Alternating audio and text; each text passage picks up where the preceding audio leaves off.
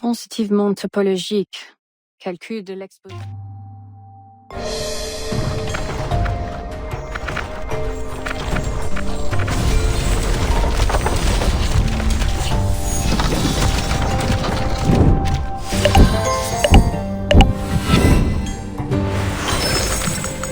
No need for further introductions, Timekeeper. Now that I'm here, our cooperation is 200% confirmed. So if you don't mind, I'd like to hear your plans so the LSCC can prepare their next steps.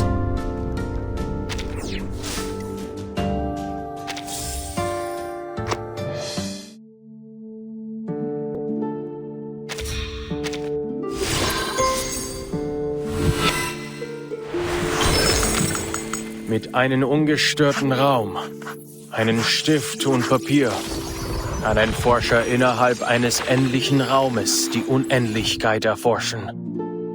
Leider scheint es einen solchen Ort in dieser Welt nicht zu geben.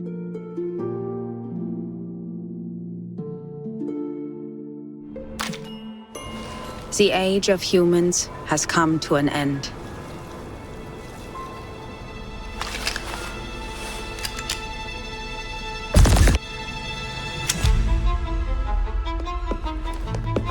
With the lost research on the storm and the long absence of an LSCC director, the Foundation is considering appointing a director of their own choosing.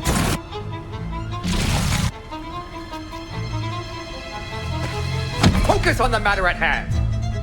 Adler already said that they're pressuring us for results. I did hear the Foundation has been quite lively lately. We just need to submit something that'll shut them up.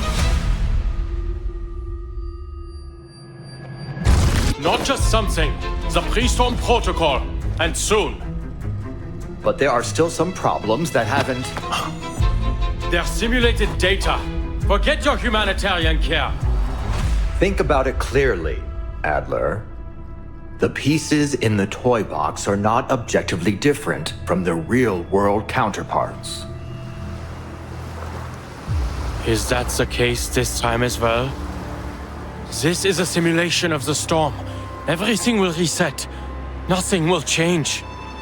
If you've already concluded that this is meaningless, why did you return? Time waits for no one, Bruderherz. I have to go eventually. Wait! I also... Traitor! Du kannst das Arkanum nicht begreifen. Du kannst diese Tür nicht öffnen.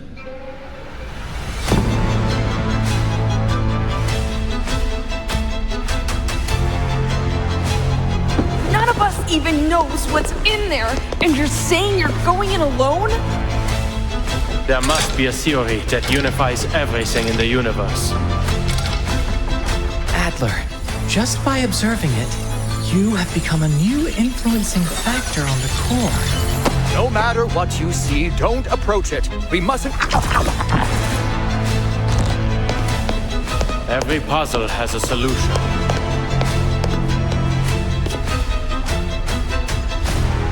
And the world is just another crossword.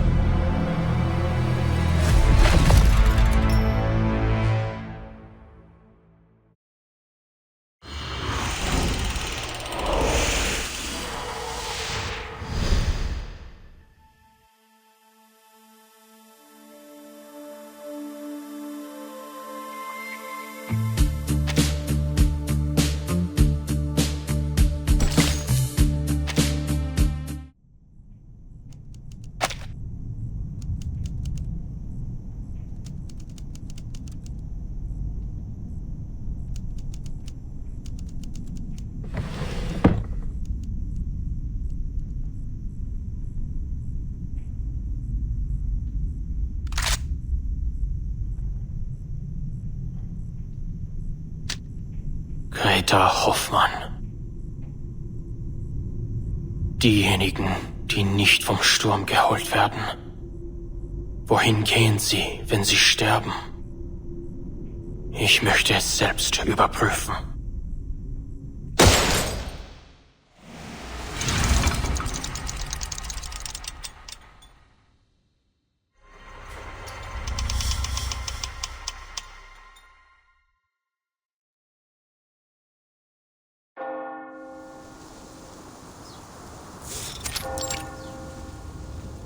Never afraid of sacrifice, she followed her own path. And her fearlessness and perseverance ultimately... Miss Marcus. Oh, you've arrived.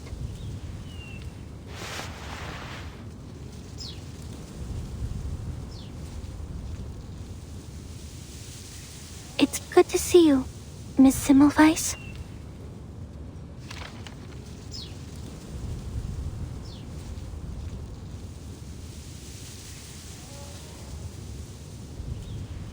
Relax. Everything will go smoothly. Where are the others? The Foundation's memorial ceremony has already ended. It was solemn. Almost everyone came to express their condolences. They just all had to get back to their work. Well, at least this cemetery will always remain open. I was more so wondering about those colleagues you're familiar with. Miss Kakanya, for example. I thought she'd be accompanying you. She had to go through a few more rounds of inquiries, so she couldn't make it. She did send a bouquet of flowers, though. It was just like the one you brought. A beautifully arranged bouquet of white chrysanthemums.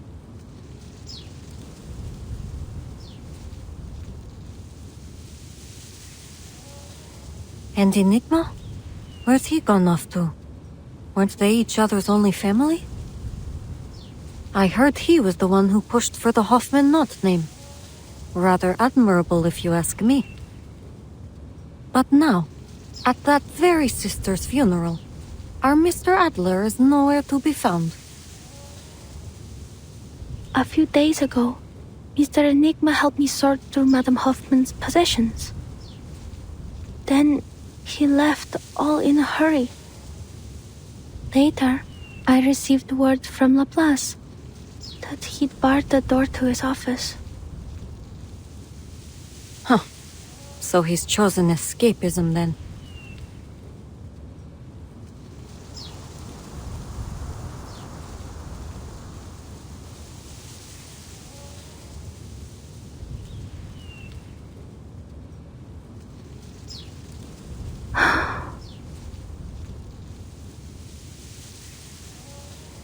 There was a mailing list among Madame Hoffman's possessions. On the train to Vienna, she asked me a question, hoping I could read its answer. What is the best way for someone to defend themselves if they cannot use arcane skills? I read the answer she expected. She asked because she was preparing a gift.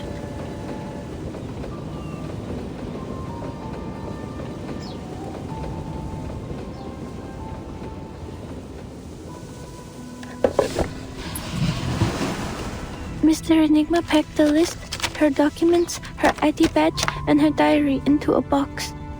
Madame Hoffman's entire life reduced to a tiny box. Then he stopped and he asked me, Where do you think Greta has gone?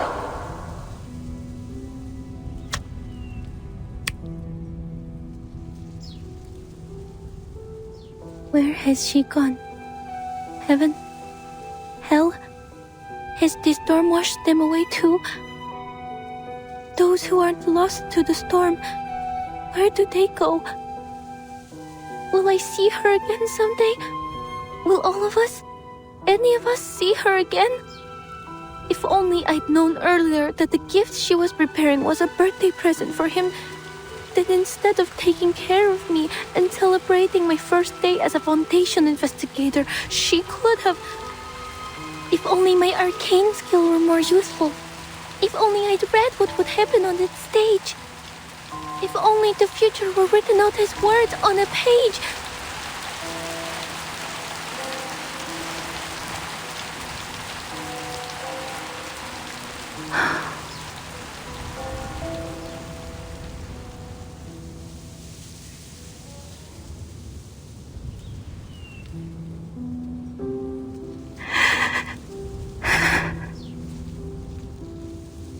told him I hoped Madame Hoffman had gone somewhere with no storm and started a new life, even if that means I'll never see her again.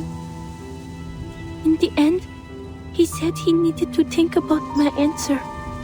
He hasn't left his room since. I can understand that. I don't want to be here either. But I have to, because I want people to know that they don't need to worry about me anymore. Escapism is a natural reaction to grief. Just because you don't want to face it doesn't mean you're heartless. Don't you think?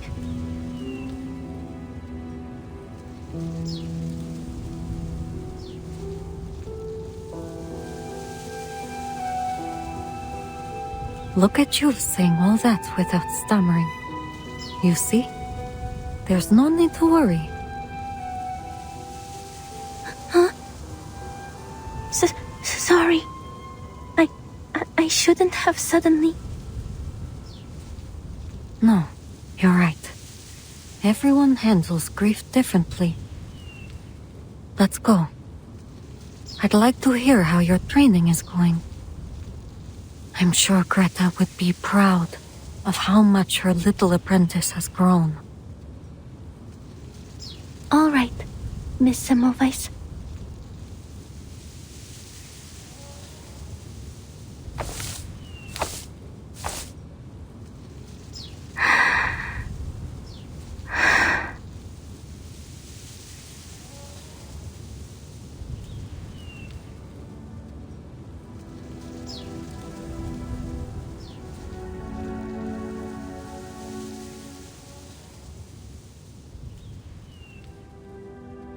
Madame Hoffman was an exemplary Foundation investigator, a dependable teammate, and my dearest mentor.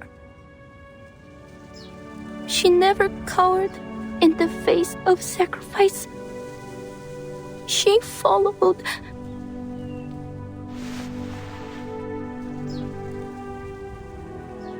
She followed her own path until the end. Pursuing the truth with a resolute heart. And ultimately, it was her fearlessness and perseverance that brought us the knot that allows us to cross the storm.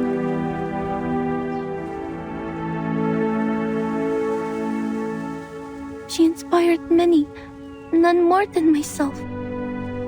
She gave me the courage to leave the Flennon Isles, allowing me to witness and read so many new things. So, standing here, I vow to continue to seek what she sought, what we all seek, a world after 1999.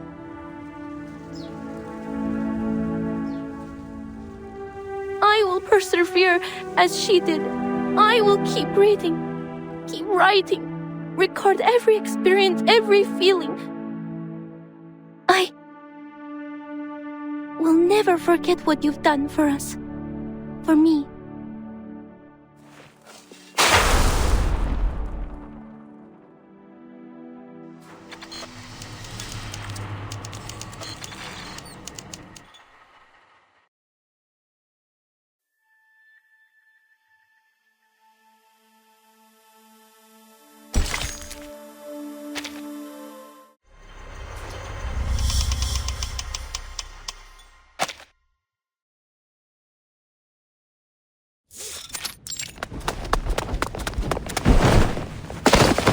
Damn it, are you blind?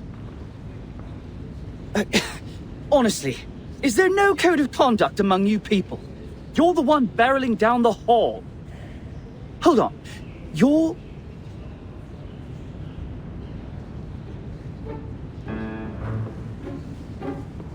Researcher Medicine Pocket? Oh, sweet. Looks like even the little minions at the Foundation have heard of me. I'm rushing to get a sample right now. If you're here for Ulrich, try that lab over there. If you're here for Enigma, check his office. If you're here for me, get lost. Better luck next time.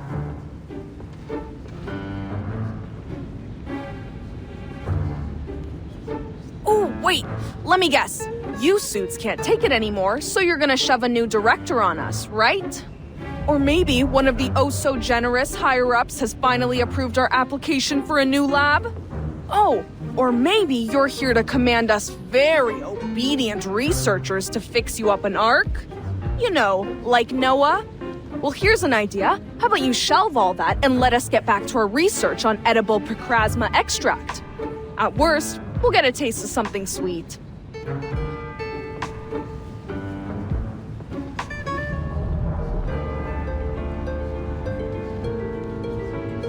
That's a topic that requires a rigorous approval process and oversight from... It's not within my power to decide. I need to deliver these files to Mr. Enigma immediately. I won't take up any more of your time.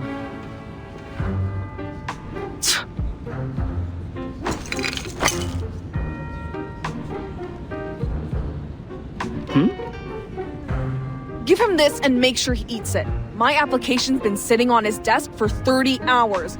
Looks like the only way I'm gonna get through to him is if he experiences it for himself. If there's an emergency, just press the button on the wall, not the red one.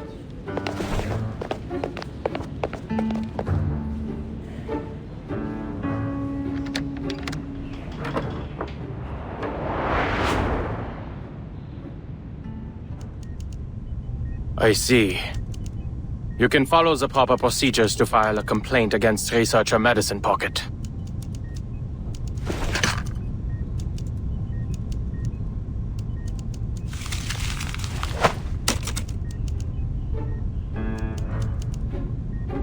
The application has already been reviewed.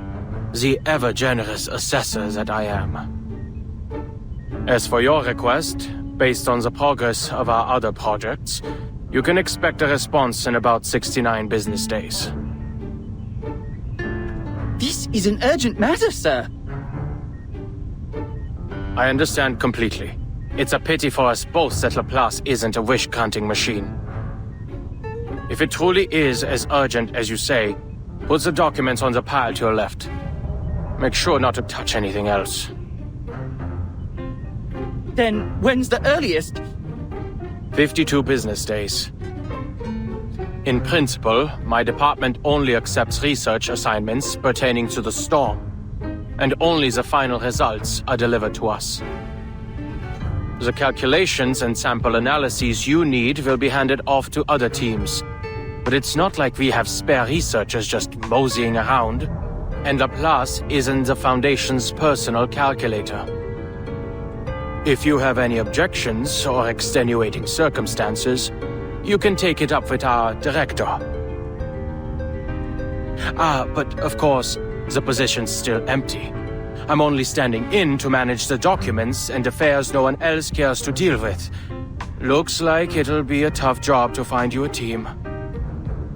Close the door on your way out.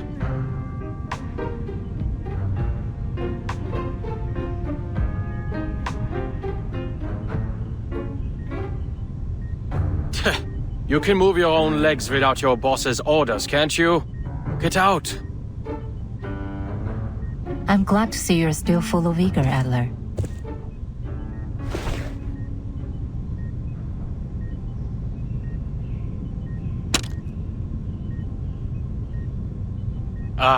If it isn't my old friend. What are you fetching for Constantine this time? I trust the last report you snatched was to your satisfaction. If anything else in these stacks of scrap paper strikes your fancy, then by all means, help yourself.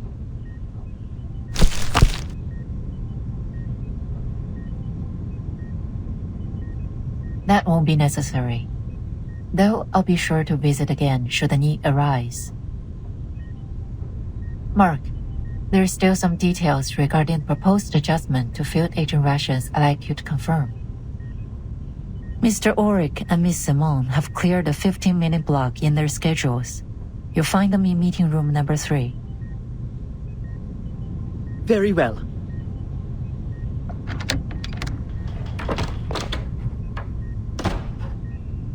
You knew of Miss Simone's return today.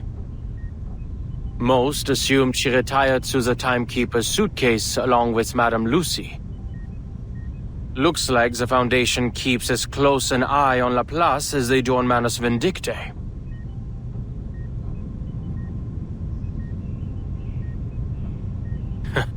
Some might even say that mad scientists and fanatical arcanists aren't so different, though the former does have the small advantage of providing a handy little invention here and there. Always thinking from a researcher's perspective, Valor. Every researcher wants an independent, undisturbed laboratory. A simple wish in theory, but difficult to implement in practice. I'm sure you didn't come all this way just to lecture me. What's the matter? I trust Ulrich has told you what transpired in Antarctica. Not long ago, we received reports from a field agent squads and investigators. This time, the storm has brought us to the year 1920, and to a war that should no longer exist. The storm is hardly a perfect formula, and historical records often contain inaccuracies. Even under our current theoretical models, Arcana maintains a degree of uncertainty and unknowability. A minor error such as this should come as no surprise to you.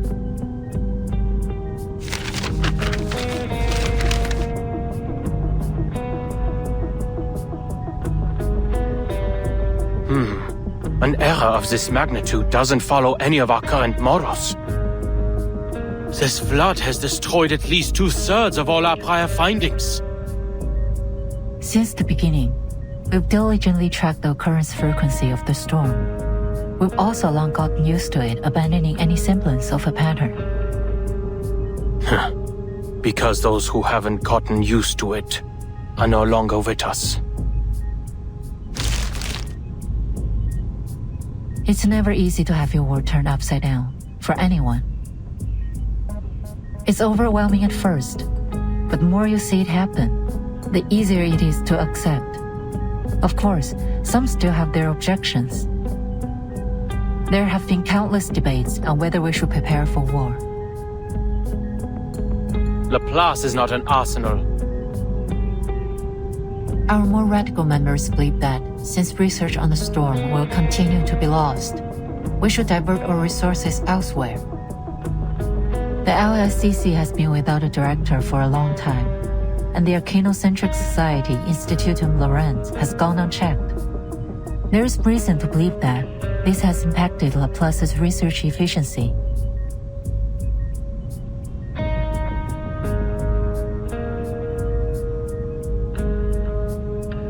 So, to ensure our collaboration with Laplace continues to yield valuable results, the Foundation plans to dispatch a director of their own choosing.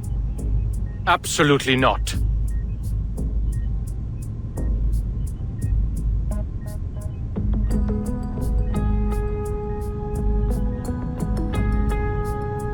I don't agree with the sentiment, nor do I believe the Foundation should assume complete control of Laplace.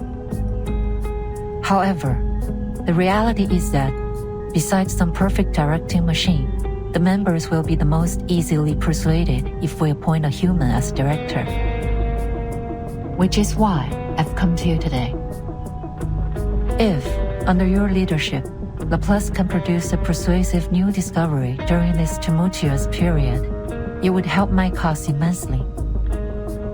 Of course, no matter what, I'll continue to express my support for Laplace's independence to the Foundation.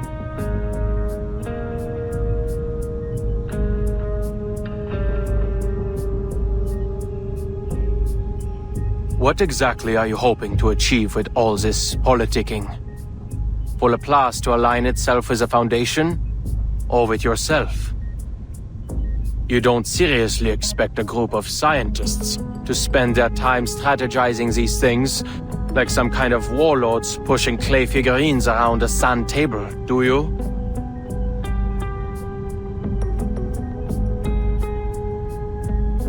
I'd like you to continue your research on the toy box sent by Mu-C3. Investigate the source of its power and use its simulations to push out a report. Producing a final pre-storm protocol will refute the accusations that the LSCC lacks risk management policies. and the core of the toy box may just provide the new results you need. I see your reasoning, but why are you telling me this? Surely you aren't offering your help simply out of the goodness of your heart. What exactly are your feelings toward Laplace nowadays? Nostalgia? Or some kind of scientific idealism?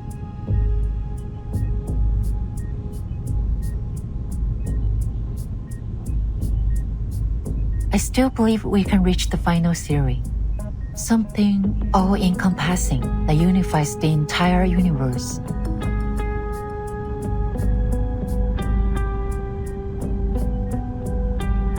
Well, in that, we've just been going in circles. In a decade, all we've managed is to return to the 11th dimension. But that doesn't mean all our past efforts have been meaningless.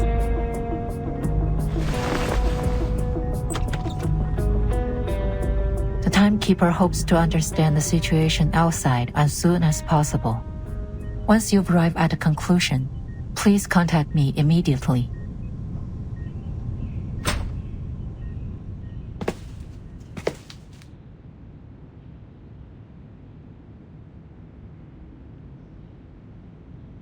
Can a scientist become a politician?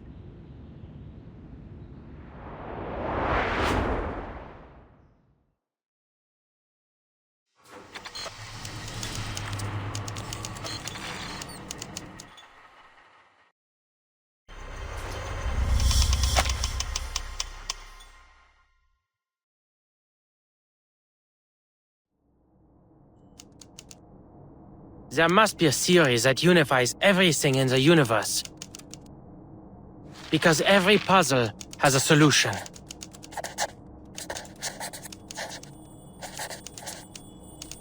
The world is like a crossword. If you follow the clues... Verdammt. Isn't it about time humanity evolved beyond sleep?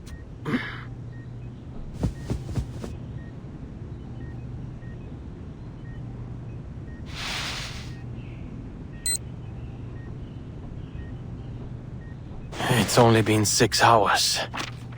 Looks like the little biter's actually done some work in between destroying public property. Side effects have certainly lessened. Did I throw away the instruction manual? What did it say? Never mind. The little side effects have already been eliminated.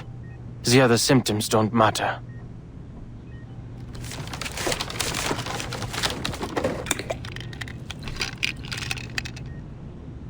I hope this helps. Toybox research, the Timekeeper's request, new results, and Lorenz. Alright. As always, problems rarely come alone. But the more problems there are, the closer we are to the solution. We need to stop creating more problems!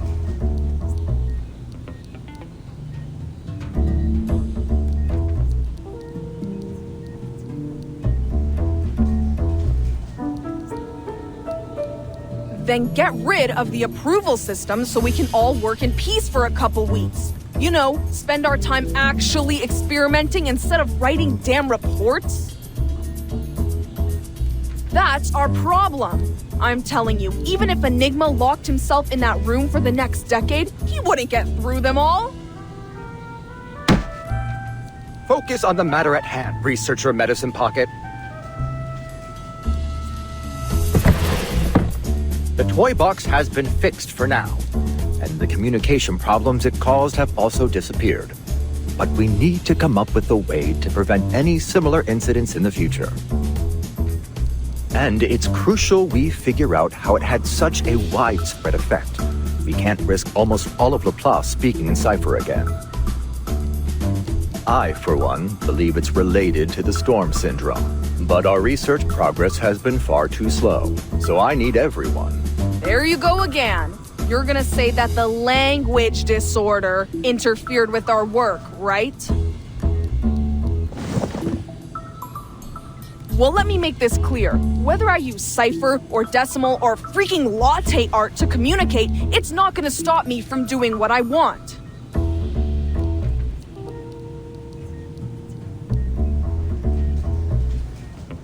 Those emergency handbooks are only filling that tank of yours with useless garbage data. Whatever happens, my advice is the same. Mind your own business and let us fend for ourselves. Huh. Sounds like you've gotten over accidentally ordering critter chow at the canteen. I suppose it is quite difficult to decipher a Tetris-based language, no? And no, we can't just blow up the toy box medicine pocket. As I said before, it cannot be destroyed through arcane nor scientific means. You should know when to quit. Blow it up? Absolutely not.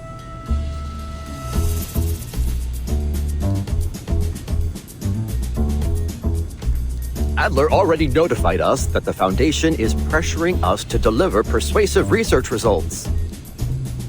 This isn't the first time they've used our laissez-faire attitude as an excuse to attack Laplace. We need to use the toy box's simulations to create a reliable emergency protocol. Okay, I get you. We just need to submit something that'll shut them up. So why don't you round up everyone who's been wasting research materials, hand them all Lorentz ID badges, and turn them over? I did hear the Foundation has been quite lively lately. As crowded and chaotic as the crystal structure of austenite, supposedly.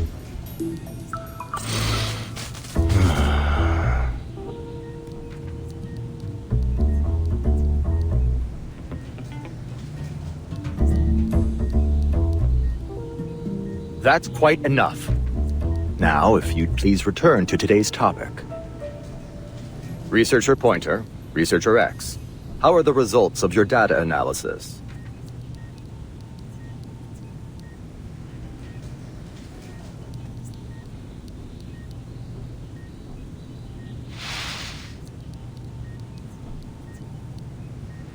Here's my section. I've included a summary for the timekeeper's perusal. In simple terms, the flood has altered the characteristics of the storm. The vast majority of our past data has been rendered useless. Our most reliable models require multiple rounds of verification.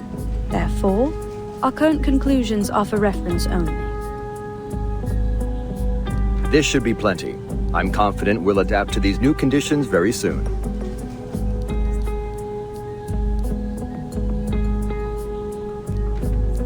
Have we made any discoveries regarding the arcane fluctuations emanating from the toy box? If we're only looking at the numbers, the magnitude of these arcane fluctuations far exceeds normal levels. I also consulted all the arcanists I know with arcane skills related to language, words, or sound. None of them could find any man-made traces in the fluctuations. I have two hypotheses. One, this toy box is a naturally occurring arcane object. And two, its core holds a power beyond most arcanists' comprehension.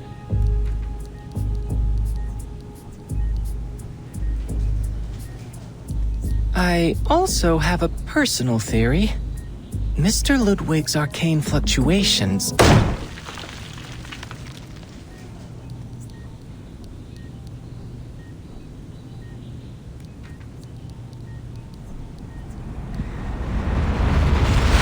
Mr. Enigma. Doors unlocked.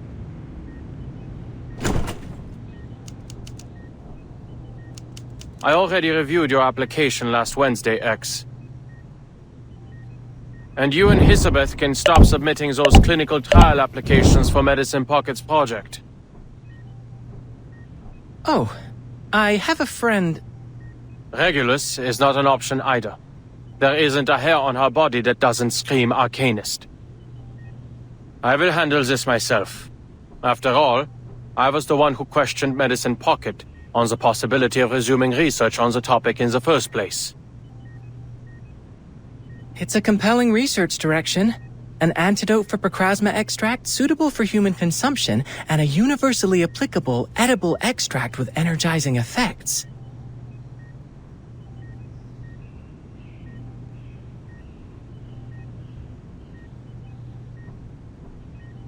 There's no need for you to worry. I read the project proposal. Medicine Pocket already consulted me on a few issues. That proposal was supposed to be confidential. Never mind. But we need to act like this research topic doesn't exist until it yields some results. You are all pure-blood arcanists. You have a natural tolerance for Picrasma extract. But it's simply too dangerous to move straight onto pure-blood humans. Well, I suppose it's about time my quarter arcanist blood came in handy. I understand, Mr. Enigma. I have no intention, nor the power, mind you, to interfere with anyone's decision. But I did receive a document I think you should see. Of course you did. There's always more. It's about the language disorder caused by the toy box's malfunction. I'm sure you're familiar with it.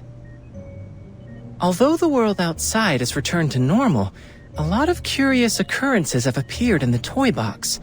Allegedly, the behavior of its inhabitants has become increasingly formulaic and unified.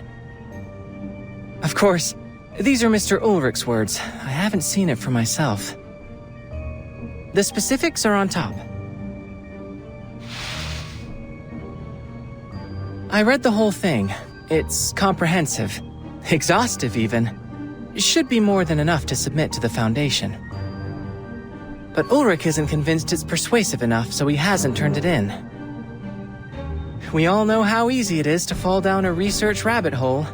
He needs someone on the outside to step in and make a decision. At least, that's what I think.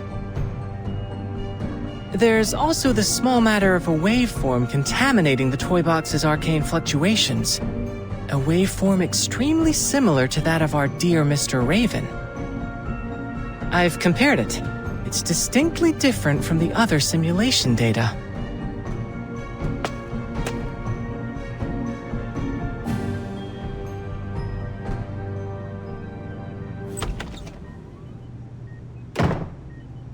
Ulrich. Ulrich! Hey, what are you yelling for? I'm trying to return this copy of your report that you forgot.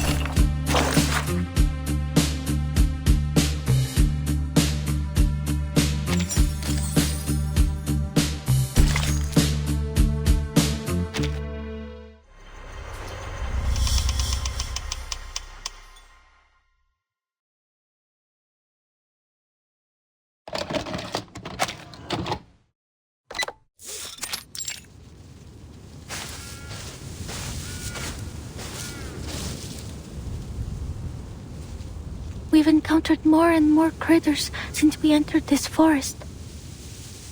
At least we didn't come here for nothing. Hey Ulrich, don't forget our loot.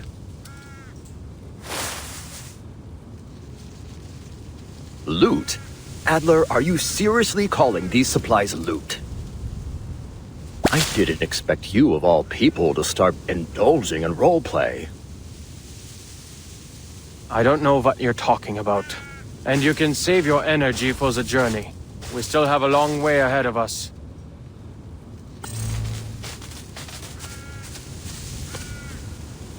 Mr. Enigma, Mr. Ulrich, perhaps we should hurry. So we can get there before the language disorder spreads to all of Laplace. Ah, good. At least someone in our party can put together a rational thought. According to Muse's map, we still have 7 kilometers until we reach the toy box's depths. If we cross this critter's territory, we'll save a third of the time it would take to go around.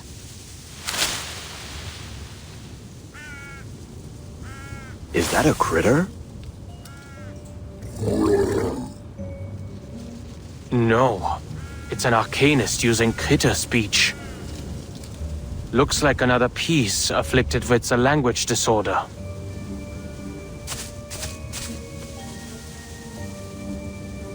We're too far away. I can't make out what he's trying to say. Let's get closer. I may be able to read some useful information. All right, allow me.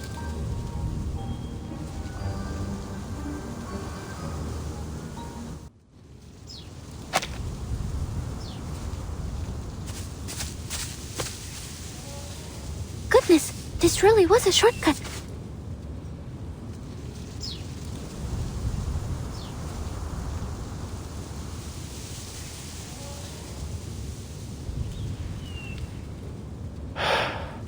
I'm very grateful for your help, Miss Marcus. I wager we'd still be running in circles if you weren't here. Indeed. If we can maintain this rate of progress, we'll be submitting an up-to-standard pre-storm protocol very, very soon.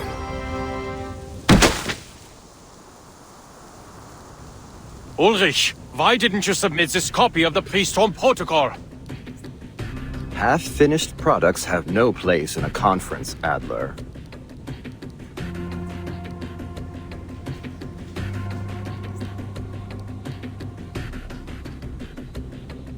It simply isn't persuasive enough.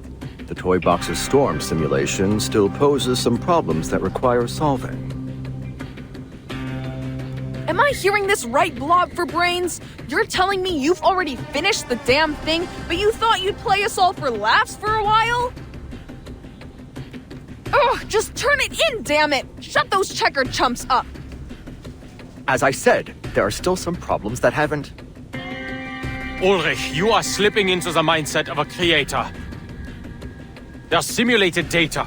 There's no need for your humanitarian care. And your biases are showing, Adler. As you'll recall from your encounters with the many familiar faces in the toy box, the pieces there are not objectively different from their real-world counterparts.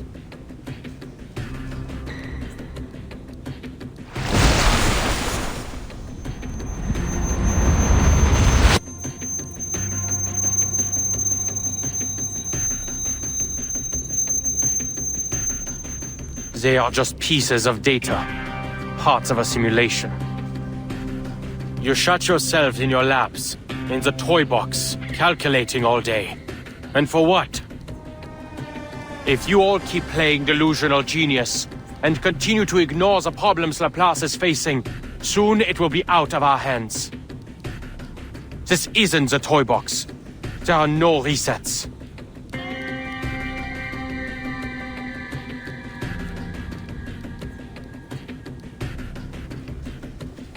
It's true, Adler. With every new era brought by the storm, the Foundation has only tightened their policies, perhaps to an extreme. However, they need Laplace's research results. They need our innovation, our inventions. The Foundation doesn't view us as an enemy. Exactly! I seriously don't get you guys. It's not like it'll affect us, so quit wasting our time with all these meetings. So what if Laplace loses its independence? Adler, we can't properly discuss the issue if you don't explain what's making you so apprehensive.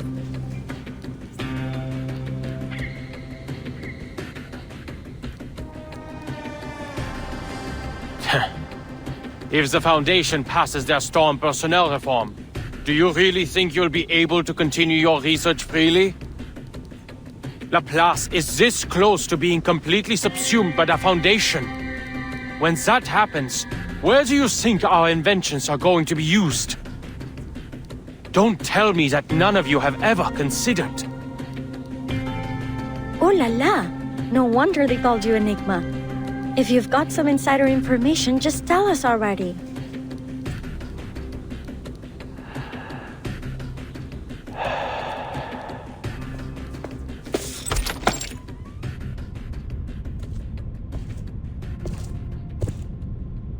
Adler Hoffman, you've arrived. Please, sit. No need. I'm not here to chat. Fine by me. Then allow me to move on to the subject. How's your progress on the storm contingency plan the Foundation requested?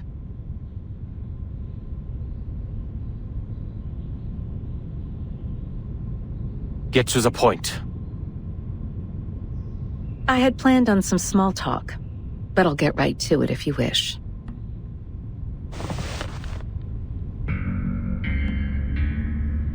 If you assume the position of Laplace's next director, I can promise that the Foundation will not significantly interfere with the LSCC's regular operations. On the condition I obey your every word. Quite the opposite. Everything will be in your hands to do with as you see fit. Then I would choose to keep things the way they are. And there are plenty of more outstanding, more rational members who could take on the responsibility. Take Ulrich, the leader of the Storm Research Group, for example. Or Pointer. She did remarkable work on developing the teleport disk, among any number of others. Mr. Adler, I'm afraid you've missed a crucial point. Although committee member Irenai is the one pushing for the Storm personnel reform, appointing you as the director of Laplace is not his intention. It's yours, isn't it, Madam Constantine? You see, a keen mind is a key prerequisite to becoming director. The core of the issue isn't how the Foundation presents its final decision to the outside world, but who we present. And what we need is a human. A stable, persuasive, uncontroversial human. When all is said and done, the Foundation's objective remains the same. We only wish to do all we can to brave the storm. In this regard, you are the best choice, Mr. Adler. Your best choice was forced to retire in the Timekeeper's suitcase. Ah, yes. Madame Lucy has certainly been enjoying a comfortable vacation.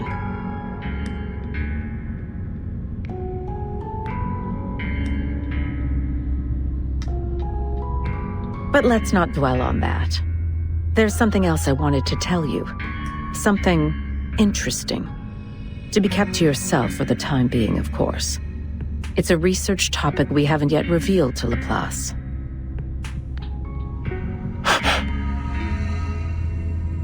As you're well aware, for many years we've been searching for a method to bring back those reversed in the storm. Well, the Foundation has discovered a feasible theory. If we can inject a person's past memories into a suitable body, then we can restore those who were lost. All those years ago, a special candidate helped us in the first stages of this experiment. And now, we're finally starting to see results. To this end, we hope to acquire help from Laplace.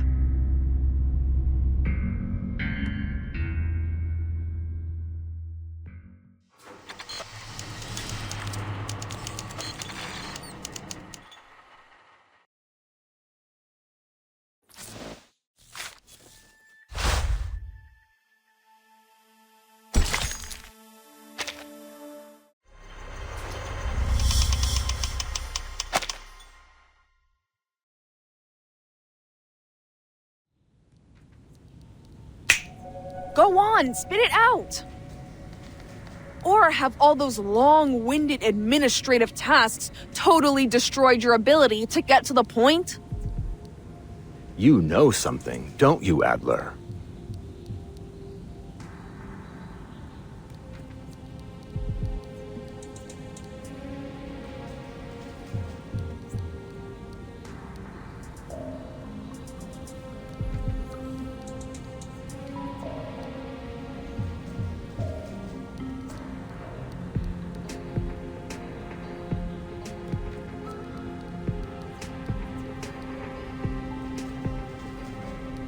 I'm simply learning to consider the consequences before I act.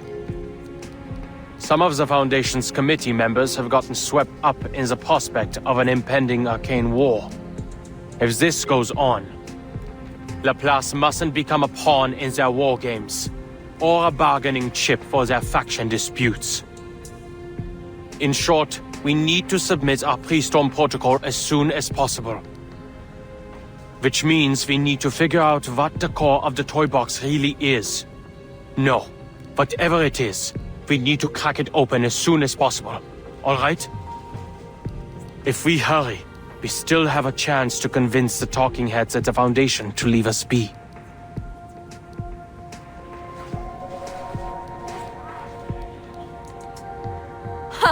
Enigma, are you actually begging right now? Quick, has the storm stopped? Has hell frozen over? Whatever. Just give me an answer.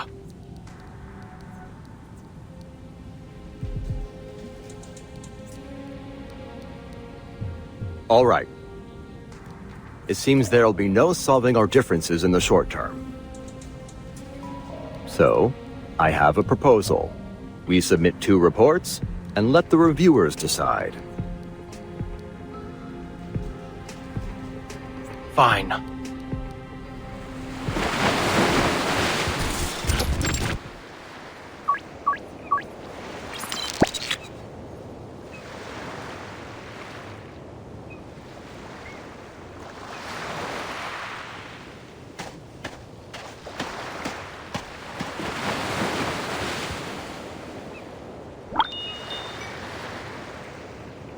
From a visual estimate, the perfect language covers everything in a 5-kilometer radius, with the tower as its center. On the beach outside this 5-kilometer area, the environment continues to exhibit signs of language disorder, a new type of storm syndrome. It deconstructs words into phonemes, the building blocks of sound, and uses them as the building blocks of matter. A handful of seawater contains 1, 2, 3, 4, roughly 20 phonemes. Though clearly the phonemes themselves don't carry any meaning, they do leave room to construct one.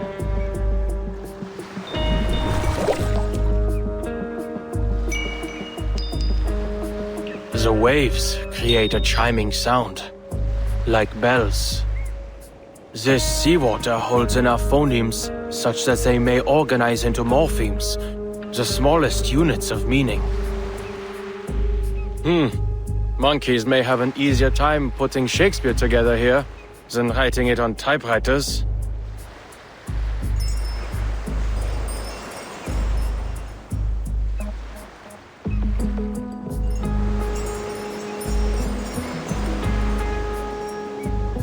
It seems the wind strips even the quietest utterances into the smallest units of sound.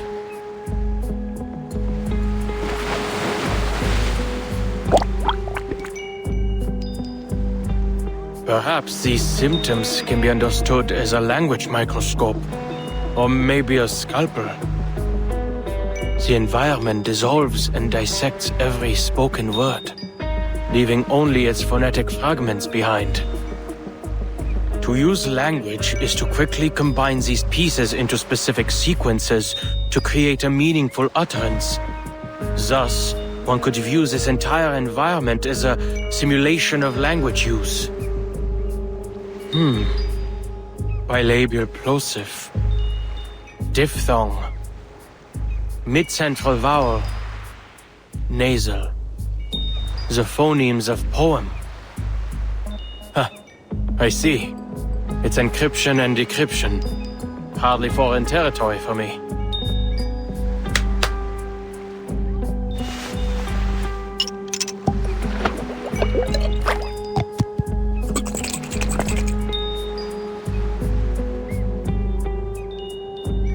It still appears like normal seawater in this container. Let's see if X has any suitable equipment to analyze its composition when I get back. I wonder, if I bring this vial of seawater to the tower, will its composition change?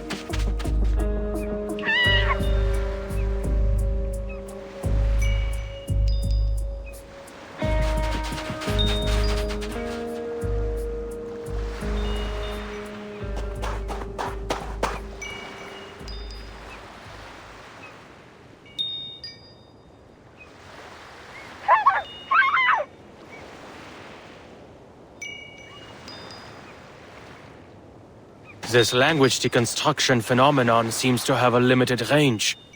Just now, the limit was around 2 meters.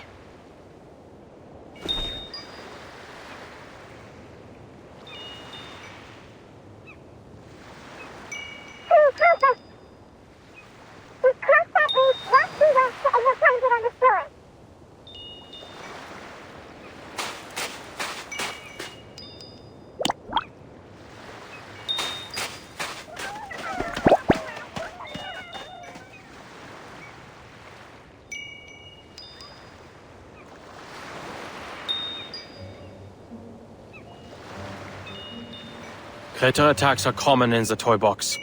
Go find the fellow with the glass tank for a head. I need to get to that tower. Perfect. You're the only one here who's seen. You'll find a way, won't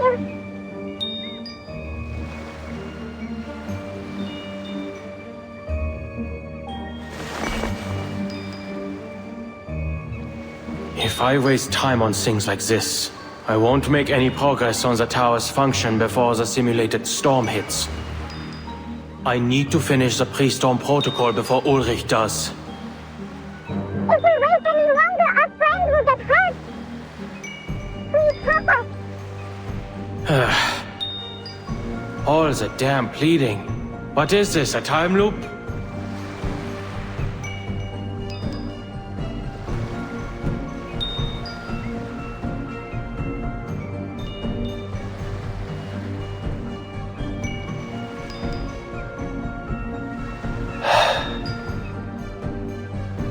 Leads the way.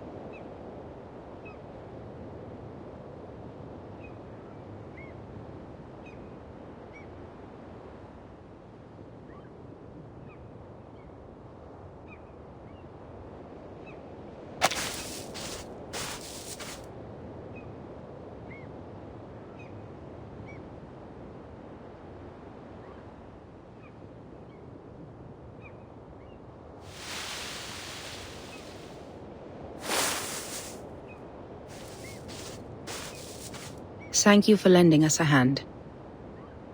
You again.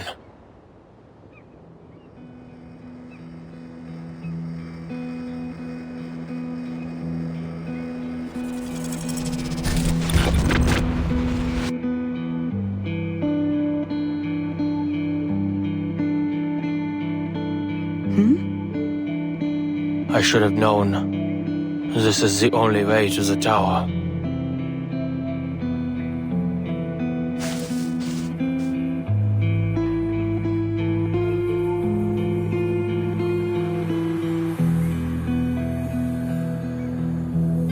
I saw you on my previous expeditions.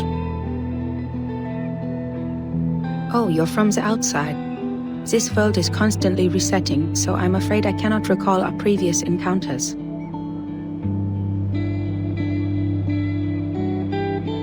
The last time I saw you, you were also on your way to explore the depths of the toy box. Is that the case this time as well? I built a tower there, in the depths, but nothing has changed. I'm no closer to finding out how to stop the storm in here. Listen to me. This is all a simulation, designed to help us find a solution to the storm. No matter what you do, everything will eventually reset to its original state. Nothing will change. You don't have to waste your time like this. You've already made this journey before, and it is difficult and meaningless.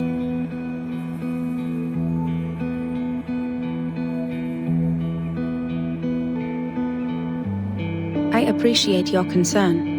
It appears this isn't the first time you've observed our actions.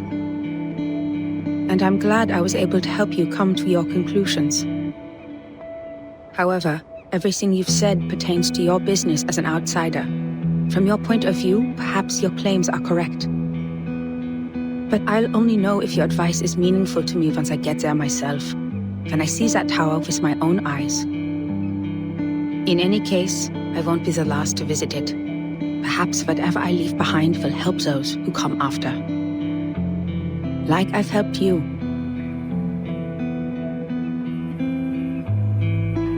Besides, if you've already concluded that this is meaningless, why did you return?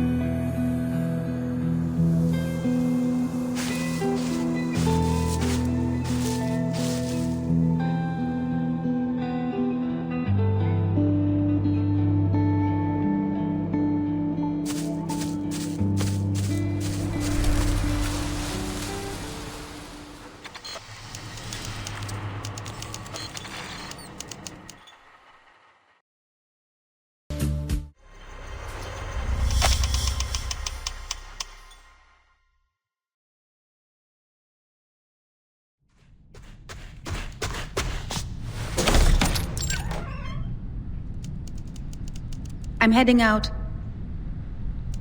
You can heat up the leftovers in the fridge for lunch. Did you hear that, Adler?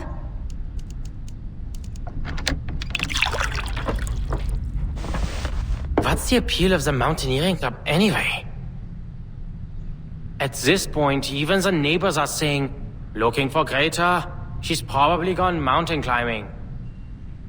Or rowing.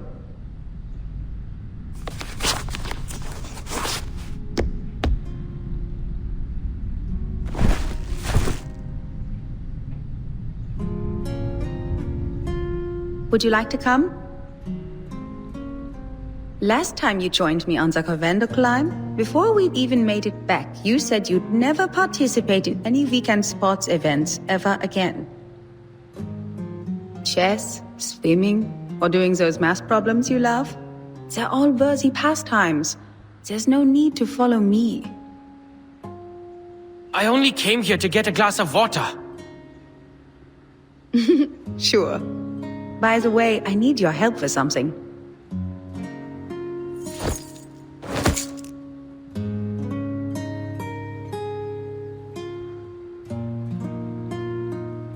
What are you poring over now?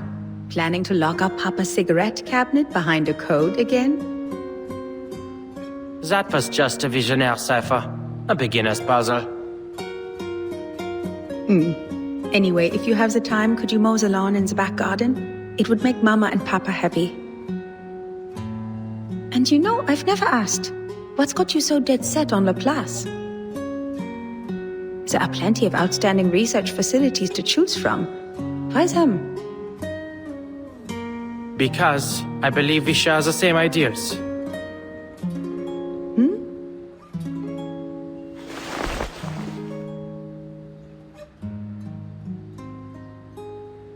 There must be a theory that unifies everything in the universe. Because every puzzle has a solution. The world is like a crossword. If you follow the clues, you'll arrive at an answer. The only answer. An established theory. It's simple, clear, rational. Codes simply rearrange symbols according to a set of rules. Identify these rules, and you can decipher it. If we don't have an answer, it doesn't mean it doesn't exist, but rather that we haven't discovered it yet.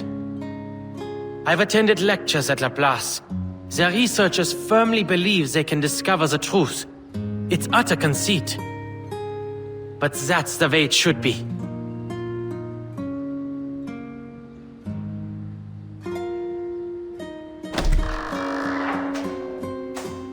I see. Don't worry, I'm sure you'll receive an invitation from them soon enough. I've asked around. They all said age is no matter, nor whether or not you are an arcanist. Laplace opens its doors to geniuses. That's the only requirement. Won't be any trouble for you, Bruderherz.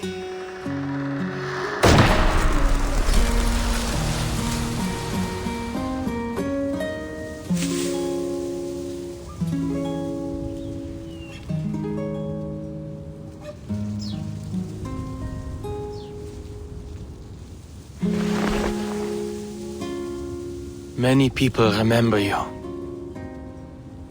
Even Musahe 3's toy box has a chunk of data, still diligently simulating your stubbornness. But I'm sure you don't want to hear me prattle on about the past.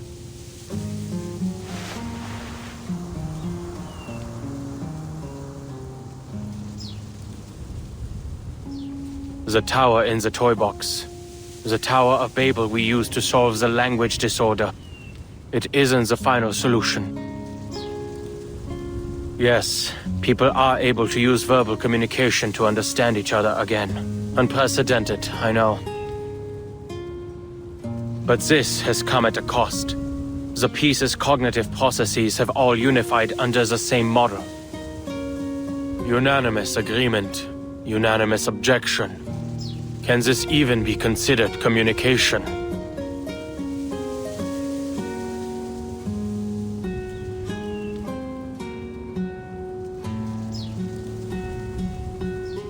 Ulrich and I each set off on our own expeditions. But in the end, we both decided to destroy the tower and take its core. So, now we have a new problem to solve. The core has a combination lock. And I can't make heads or tails of it.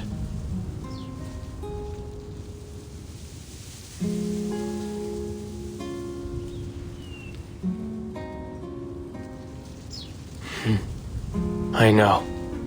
You wouldn't understand. This is supposed to be my specialty. Finding clues, cracking codes. All it takes for me is time. But my mind's gone rusty.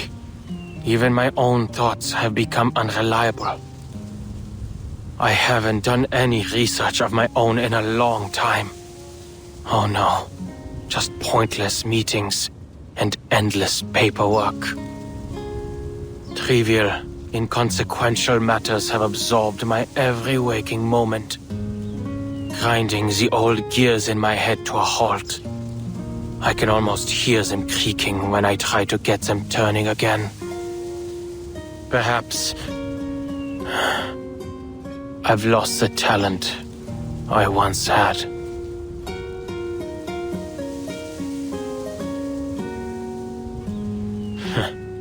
Maybe one day soon, I'll be using one of X's inventions.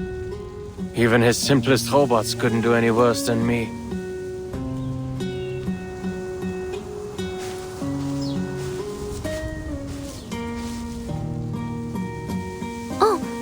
Mr. Enigma, you're here too.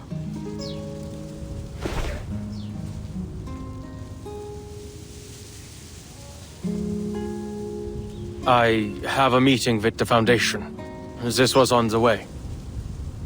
You're here to see her again? Yes, I've brought some new manuscripts for her to see. These manuscripts, I'm going to submit them to the Daydream Post. But I'm not sure whether I'll be rejected again. I used a different recording technique this time, based on the feedback Madame Hoffman gave me once. So, I wanted to show them to her before I got an answer from the magazine. I hope she can see that I've finally figured out what to do with my limitless reading. Instead of focusing on how much I can read, I've decided to focus on the specific truths I can glean from them, to record the story of the storm.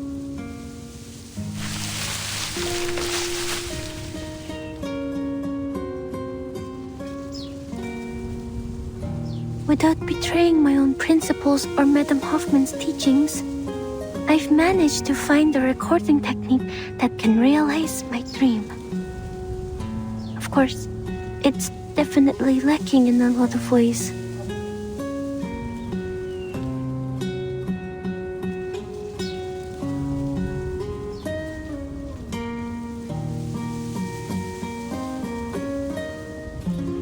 Actually, Mr. Enigma, I never thought you'd come here.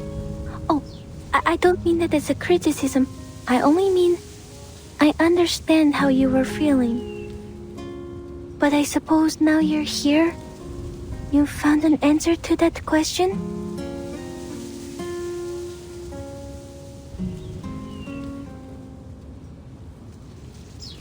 Not yet. But staying like this isn't going to help me think either. Well, reading takes time, and so does seeking proof. Perhaps. You probably have a lot to say to her. I'll get out of your way.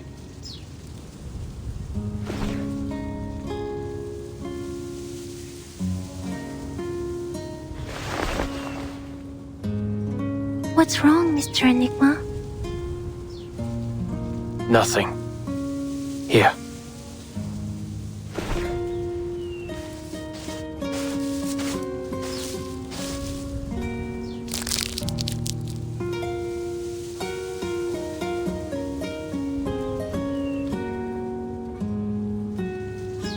Oh, Vince.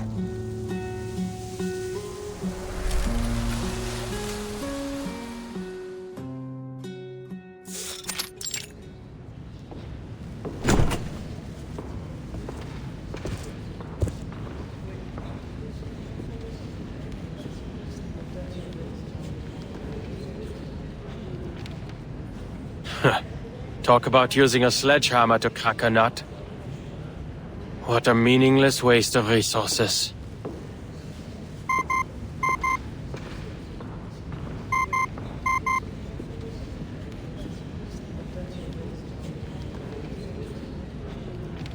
Adler, if you aren't dealing with anything urgent, please return to the Place as soon as possible. What happened? We've made some new discoveries regarding the tower's core. It changes when observed.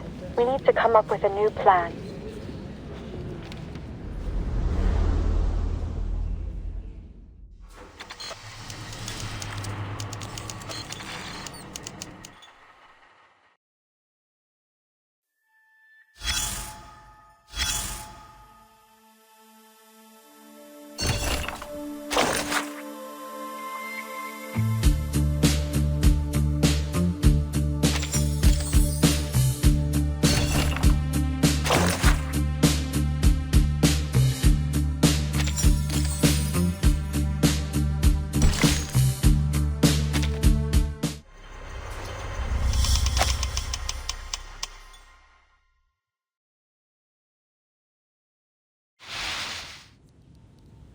As you can see, this is the toy box's core.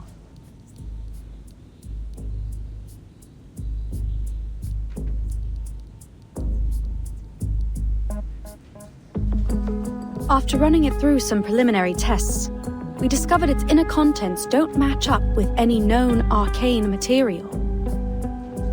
Our next step would be to record and analyze its center. But there's a problem. The matter and symbols floating in the core seem to change their state every time we observe it.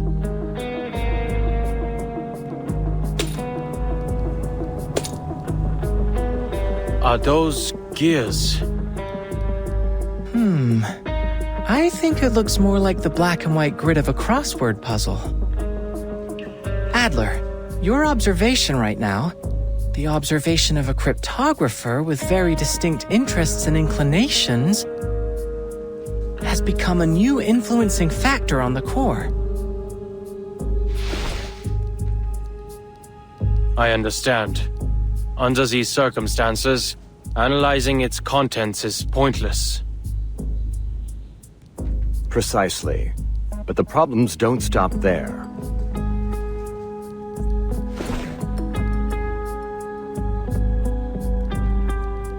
Within the 3-hour period after the core's removal, the environment in the toy box descended into chaos, understandably so. The core has an unmeasurable quality.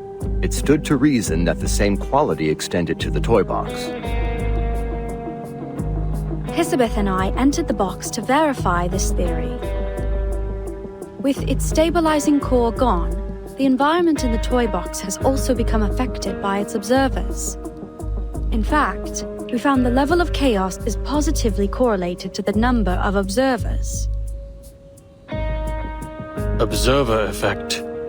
Changing environment. Familiar, isn't it? Our current situation seems to share many qualities with artificial somnambulism. Hisabeth has gone to get reinforcements. Right on time.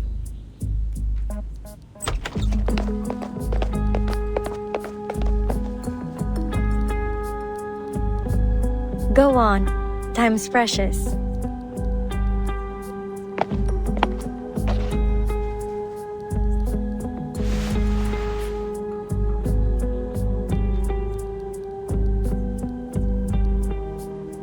I'm sorry, but this isn't the same as artificial somnambulism.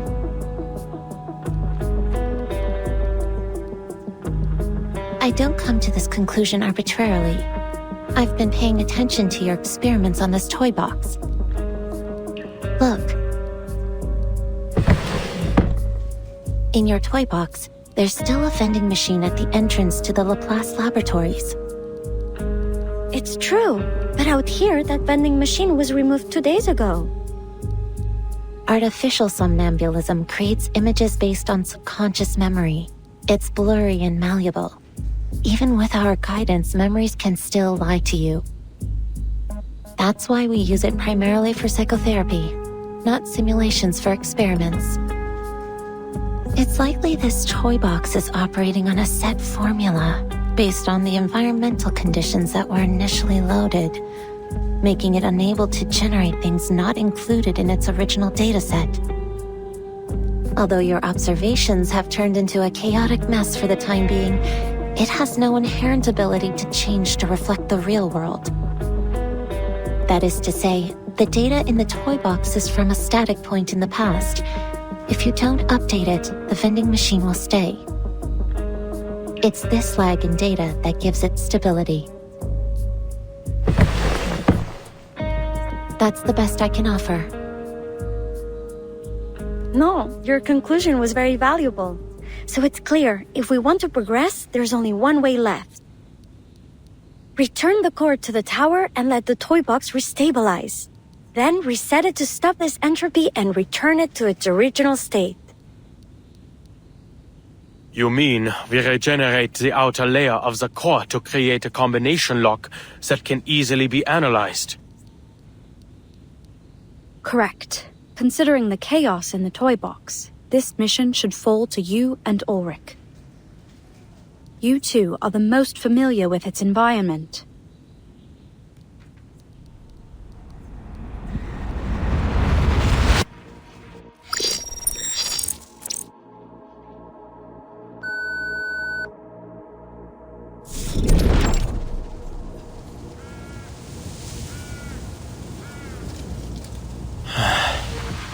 Why is our starting point always set here?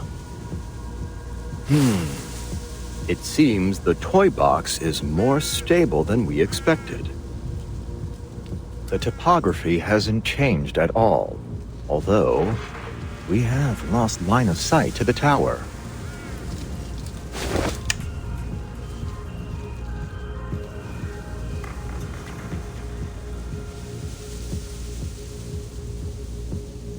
Don't worry, we've already located the tower.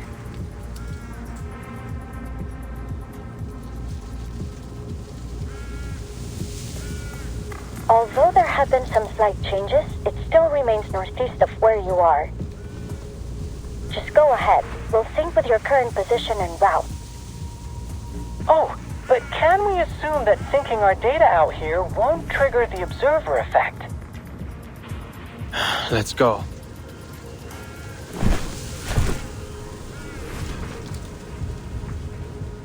Please record the time intervals between the toy box's environmental changes. Data's already been synced.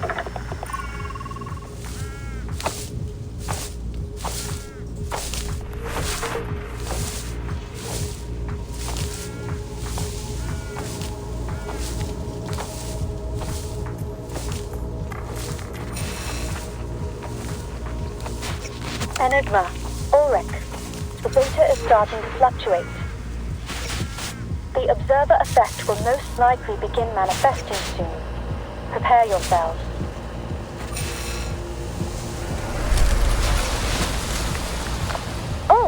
This is like a development on the Hushak's desk. I can hardly wait to see what scenes might appear.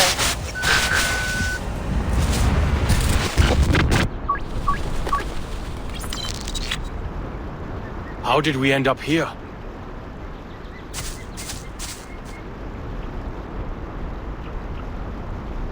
Environmental changes took 15 minutes this time. No change in the direction of the tower. Sure looks like a nice fishing spot you've ended up in. As if we didn't have enough problems. A lake?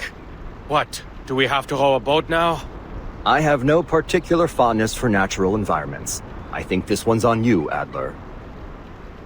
Good to see you finally grasp the most important skill of social interaction. Shifting blame. The last time I visited a lake was before I joined Laplace. Admit it, Ulrich. You're curious about them. What happened?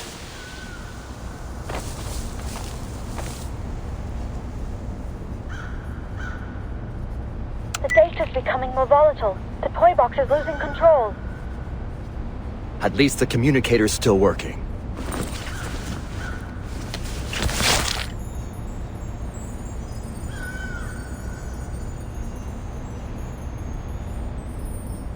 Which direction is the tower? It's moved. Current position, unclear. There's no easy way ahead for now, so we'll make a temporary stop here. Check the position again after the next cycle of environmental changes. Wait, Adler.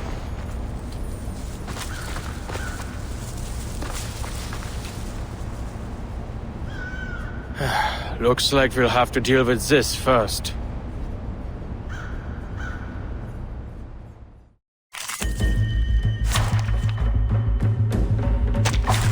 Very well. Let me try my hand. Don't take it on step.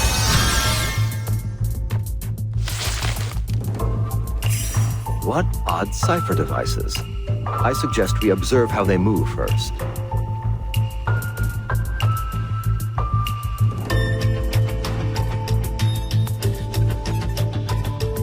No, our time is limited. We should take a page from Medicine Pocket's book and take them apart. No worries. And that's that.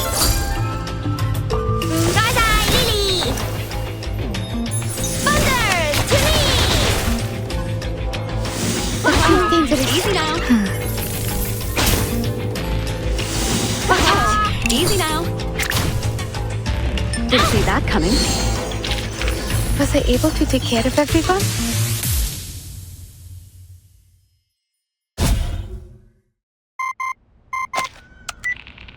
You two all right? We've got the data. The tower's new location, it's extremely close to your position. Wait, that's not right. It's on your position.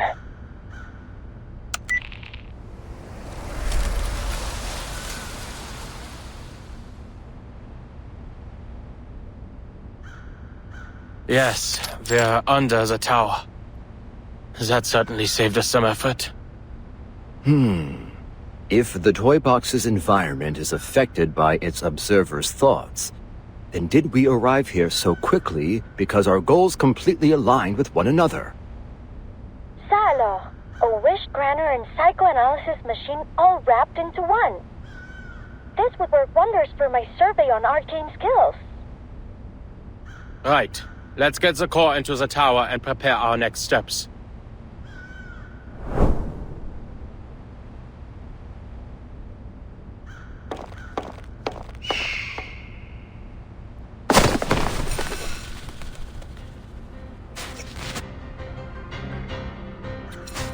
Ludwig? Why is he still here? Verdammt! X, can you follow Ludwig's trail? He's made off with the core. Not a problem. We've got his arcane fluctuations on record. Just hold for a moment.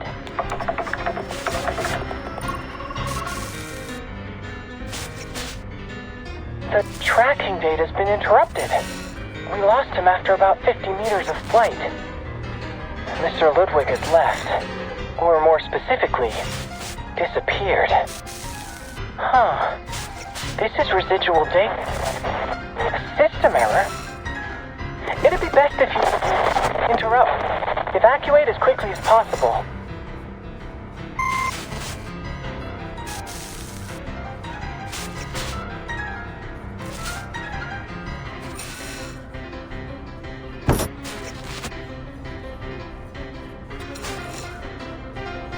All ready.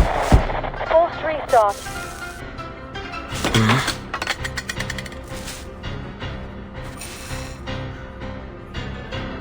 Greta's badge. She really came all the way here.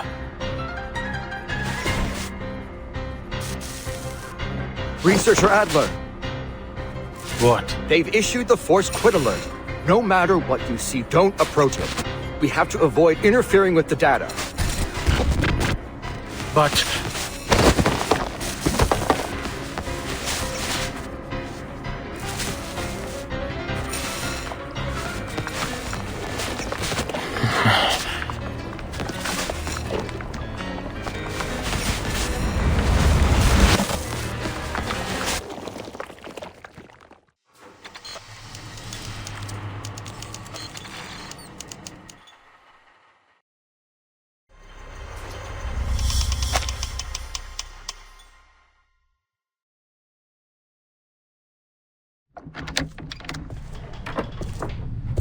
Going mountain climbing again? Where are you heading this time? Watzmann? Nebelhorn? Spain, actually. To the tallest peak in the Pyrenees, Aneto. You just finished a field mission. Shouldn't you take more than a day to recover? I was only helping them establish an organizational system for the Arcanist database in Morocco, and I got plenty of sleep on the plane. What about you? Another late night of research by the looks of it? I've heard the people at Laplace are night owls too. You should fit right in with their schedule.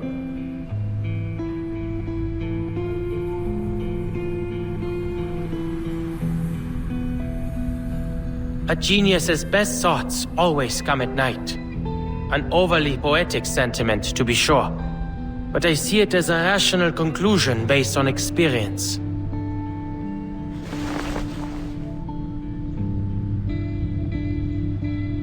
Remember? I know, mow the lawn.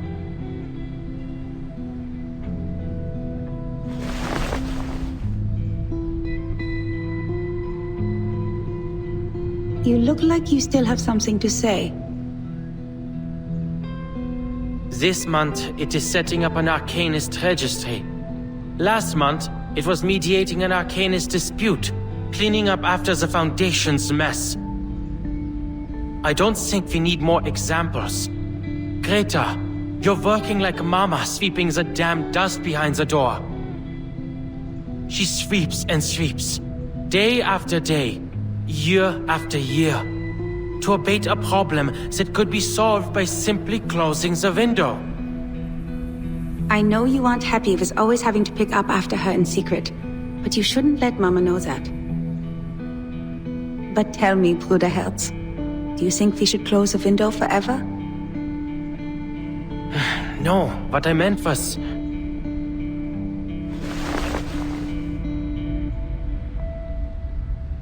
I never did properly tell you why I joined the Foundation. You're right, field investigator work is as you say, but there are complicated procedures to follow. The actual situations are so simple, it hardly takes a genius to figure them out. Most of the difficulty comes from dealing with officials. It's entirely up to them whether they drop the red tape and empty rhetoric or raise their walls higher. And from a utilitarian standpoint, it's not a rational choice. After all, the promotion prospects are very limited. Then why do you insist on doing it?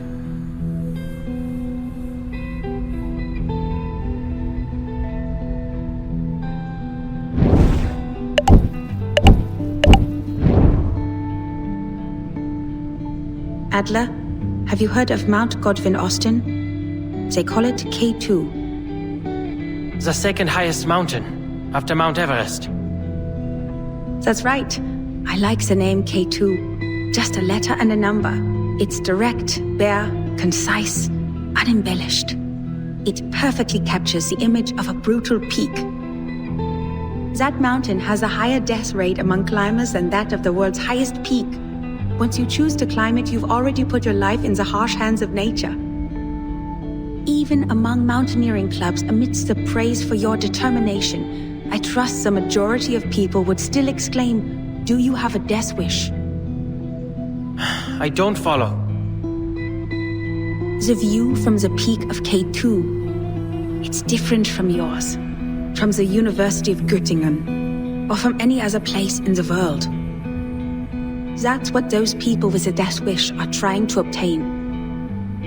Of course, most Foundation field investigators don't face such extreme conditions. I don't understand Arcanum. I don't understand the Arcanists it creates either.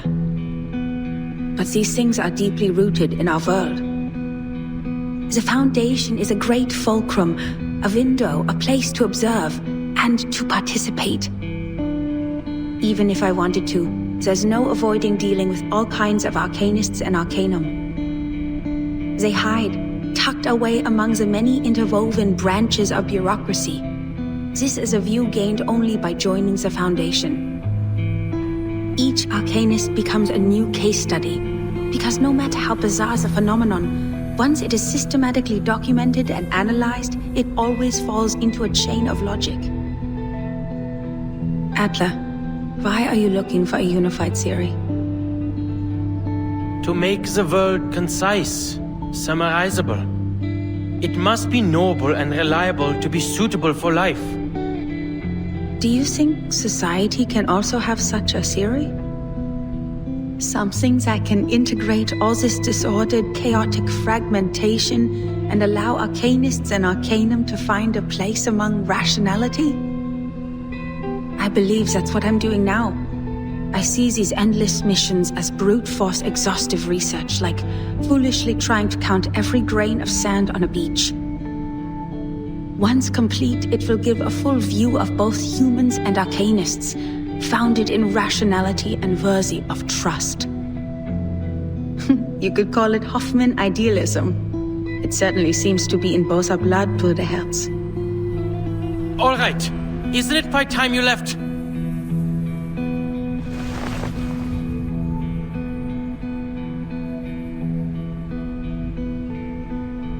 I heard Laplace is experimenting on arcane skill fusion these days. They plan to distribute equipment infused with the power of incantations to us investigators. I'm not going to put my faith in some inexplicable magic weapon. I expected you'd say as much. Then this might be more your speed. It's a Luger pistol, a regular firearm able to be disassembled and reassembled as you see fit. A pistol? I also have one. It's a Foundation-issued pistol for field investigations. I'd say I already have a solid eye for it. Greta, what kinds of missions are you going on that require guns? While extreme circumstances are rare, they are bound to happen eventually. In those cases, it doesn't hurt to have a gun. That goes for both of us.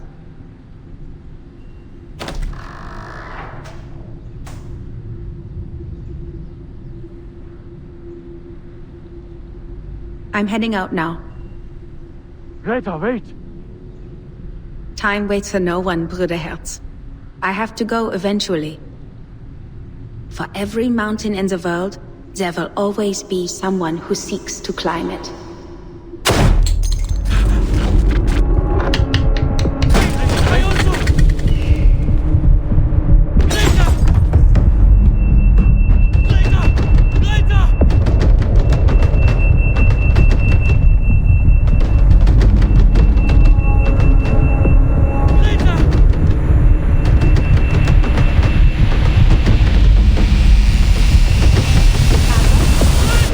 Mr. Adler?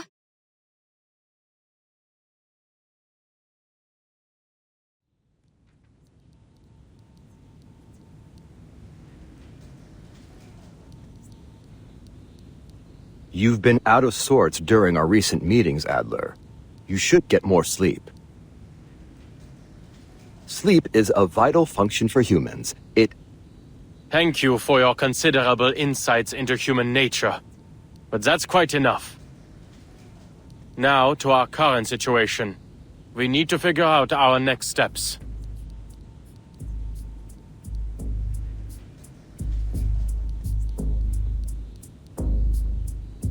Ludwig's reappearance has introduced a serious problem. The core is no longer in our hands. Our crossword puzzle has been torn to shreds, and we have no leads to speak of. Even the most skilled cryptographer can't reverse engineer a key out of thin air. Seems like an easy fix to me. I say we take apart the toy box. Ludwig and the core are both in there, right? So take it apart. Let all its elements reset to their original states individually, then it'll be a breeze to analyze. That's too reckless, Researcher Medicine Pocket. Dismantling the toy box might cause significant data loss. Or possibly even destroy the toy box itself. Then we'll be without any research subject at all. Well, sitting here overthinking everything isn't gonna produce any results either. Just reset it. We can continue with our original plan.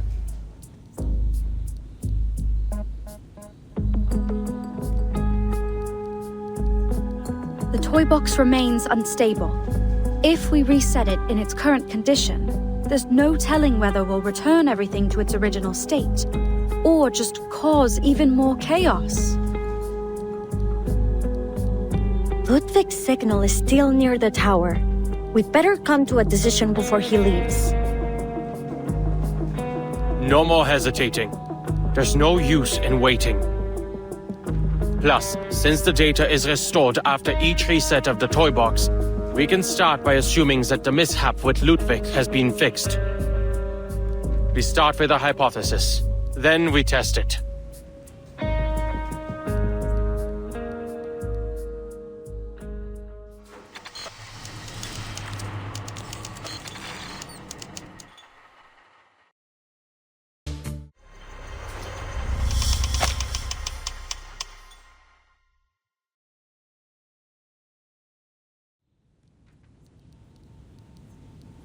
After this reset, we need to limit the changes inside the toy box as much as possible. That is to say, the fewer the people who enter the toy box, the better. It's best we only send one person. I'll do you one better. Don't send anyone in and blow it to Kingdom Come. Researcher Medicine Pocket.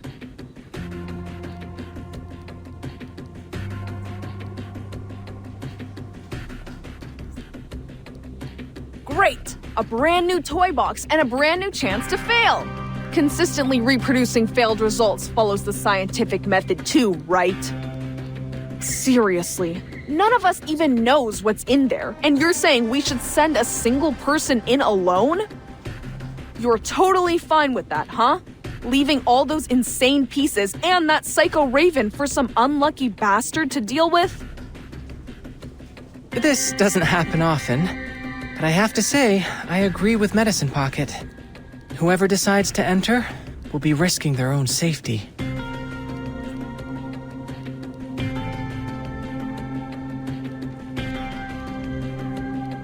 Ugh, what I was saying is that we shouldn't be wasting our brain power on this thing. We also need to consider the pieces. They may just be data to us, but to them, this is their entire world. We must avoid destroying it if we can. Oh, my dear Ulrich, I'm moved to pieces. If only the real Storm shared your glowing sense of humanitarianism. Pardon, can I interrupt for a second?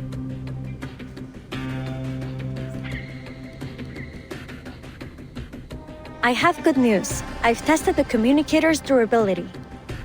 Although the tower's effect grows stronger the closer you get, the unlucky person entering the box will be able to receive outside help up until they enter the tower. If we aren't giving up on that plan, that is. That's great! But assigning 100 people to wash test tubes in a lab isn't gonna make the research go any faster. That's all that communicator's gonna give. A bunch of test tube washers. Don't say that. If you gave me 10 research assistants who understood the Lane-Emden equation, I'd be pleased no matter what.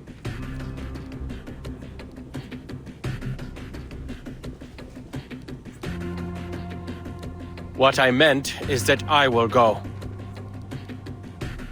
You're a human, Adler. And at the end of the day, that toy box runs an Arcanum. Thank you for the reminder, Bottle Brain.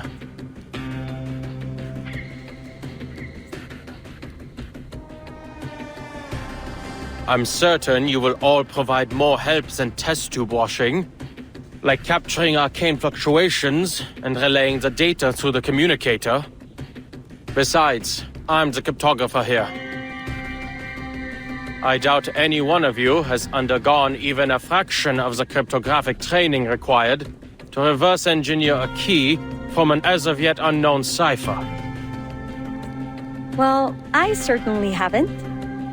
But I believe I understand now. You think Ulrich has a point too? Humanitarian care, no? Where on earth did you get that impression?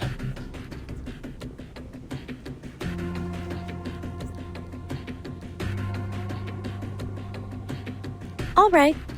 You're right. You didn't say that.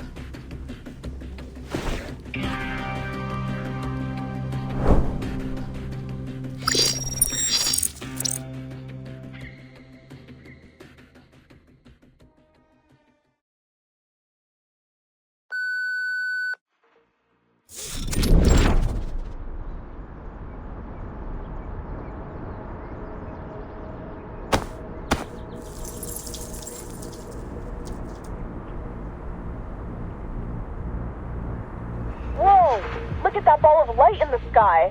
Huh, I'm starting to like this place. I'm afraid that's this toy box's version of the moon.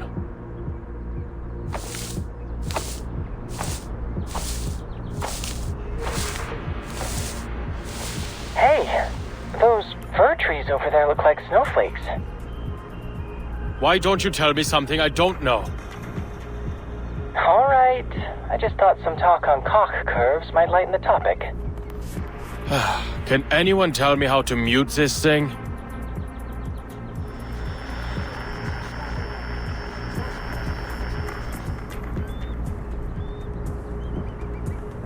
Understood. Researcher Pointer and I will strictly control the other's input as requested. Right. We guarantee we'll only bother you if it's essential. Thank you. I'll contact you if necessary.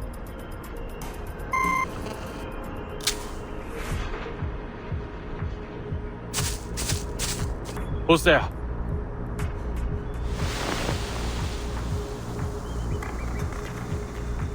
Mr. Enigma? Didn't expect I'd run into you here, Miss Marcus. Are you reading?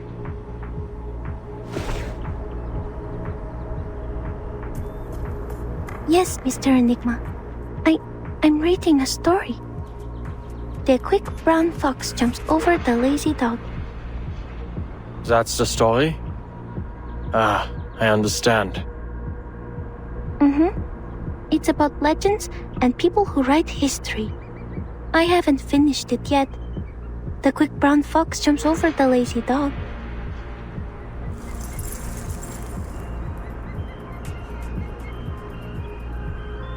Is there something I can help you with? Quick. I'm looking for a tower. Do you know where it might be? It seems a lot of people are looking for that tower. It might be on the other side of the forest. Thank you. Miss Marcus, would you like to come with me?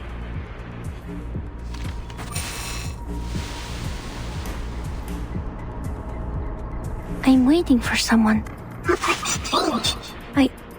I don't seem to remember who I'm waiting for. Brown. Was she also looking for the tower? The quick brown fox jumps over the lazy dog. Forget it.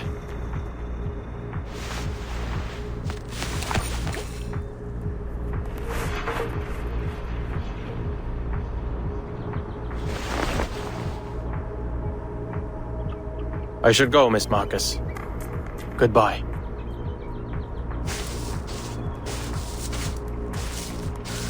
Please, careful.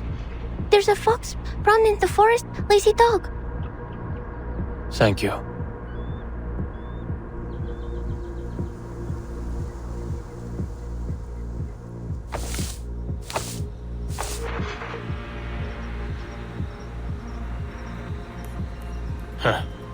How wonderfully eye-catching.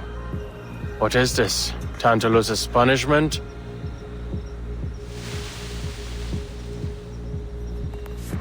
Danger! Closer, don't any come! Wait, you're...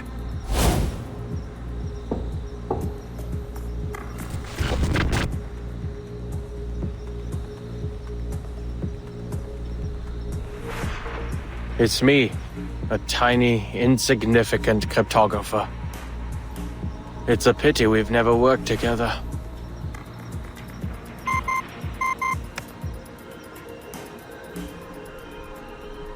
Adler, how bad is it?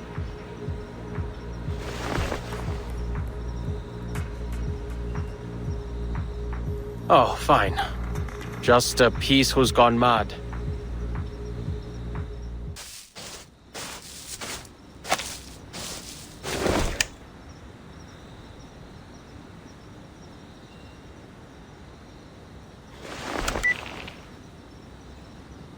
We have a problem. Even after all this walking, I haven't gotten any closer to the Tower of Babel. If anything, it appears to be growing farther and farther away.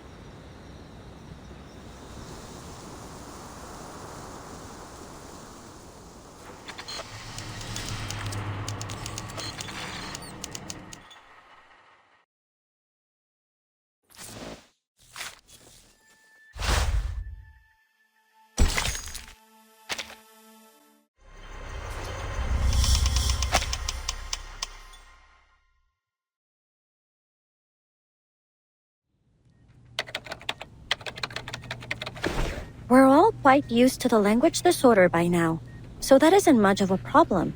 And there isn't much need for him to communicate with anyone. But what does concern me is that moving tower. A brand new variable. What was it again? There was an expression I heard when I was trying to research Kipperinas and Nameday's arcane skills. Oh, that's the one! People can only borrow language. They cannot reach the reality behind it. We need to start considering the possibility of evacuating Adler early. I doubt he'll agree. Then prepare to evacuate him by force, if necessary. From what we've seen so far, the situation is far worse than predicted. Not only has the language disorder encompassed the whole toy box, but it's starting to leak out of it too.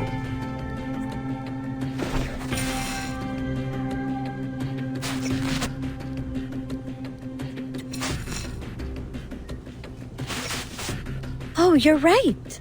You have been standing closest to the box.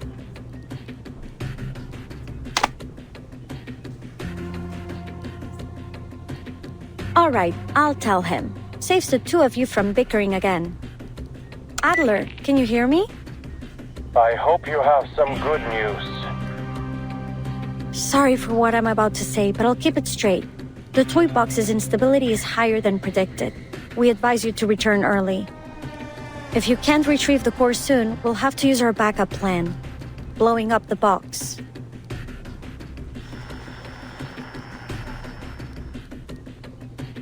And Bottlebrain agrees with this?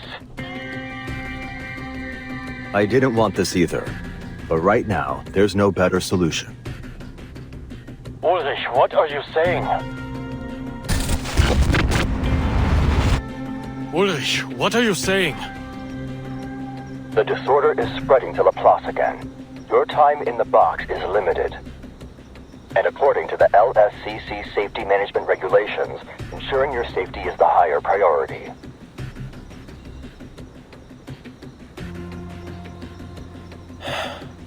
I understand. Give me 2 hours. If I don't make any progress, I'll return. Then, we can blow it up together. 2 hours, Adler. We'll do whatever we can to help. Researchers X, Edison Pocket, and Hissabith are currently dealing with the spread of the disorder. I also need to step away for a moment to deal with it. Researcher Pointer is monitoring the toy box's situation. If you run into any danger, be sure to request assistance immediately. I will.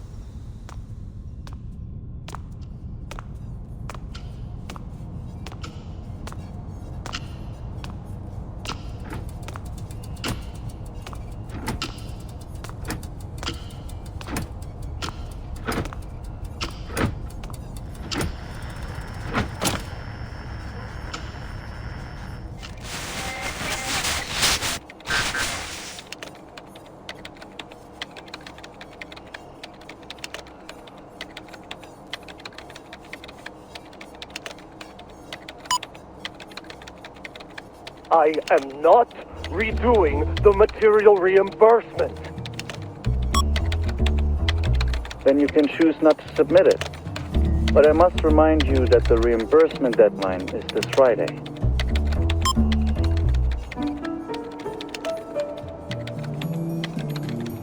The plasma extract has extremely potent side effects. The Plus ought to tear down the building and install turf.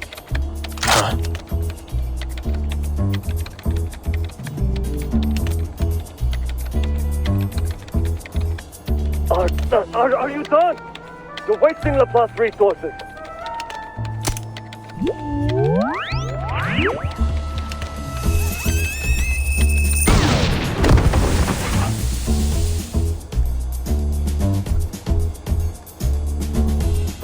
Liberation for all the critters in the canteen!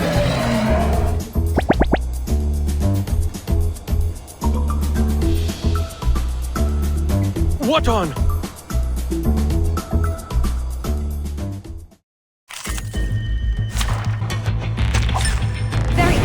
Let me try my hand. Don't take your own steps.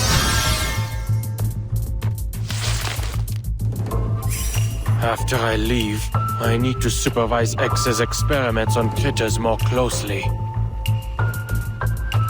I don't want to deal with this kind of thing on the outside too. No worries. And that's that. Thunder! To me! Please, don't resist. They are much naughtier than the Foundation's do.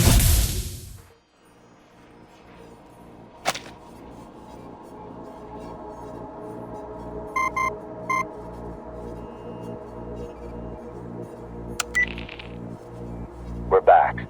This time the disorder symptoms are visual, nothing too serious. It's a shame you can't see us right now, gathered around the toy box with symbols floating around our heads. What's the situation? Nothing much to report. So, a piece just did something I'm sure we've all wanted to. He applied for a massive amount of funds? No. He killed the administrator who asked him to resubmit his invoice. Then led a dozen critters in an attempted uprising. Very extreme. Intéressant. Now, there's no one here who wants to do anything like that to our colleagues. To each their own. I'd like to confirm something. You just returned this moment, yes? Was anybody thinking about invoices, the canteen, or anything related to Picasma candy just now? Hey, why all the questions? Mr. Enigma, this isn't exactly the time for a workplace interview. Come on, stop the chatter and tell me, quickly! Oh, you mean you think our observations out here are having an impact in there? Right. The approval you owe me, it's still in the back of my mind. You already got it, right? The bottle of Procrasma? That's the one.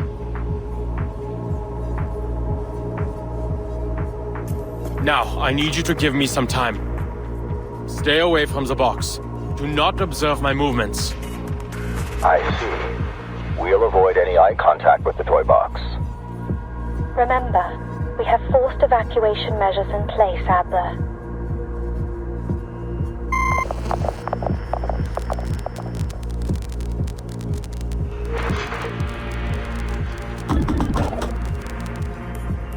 As expected.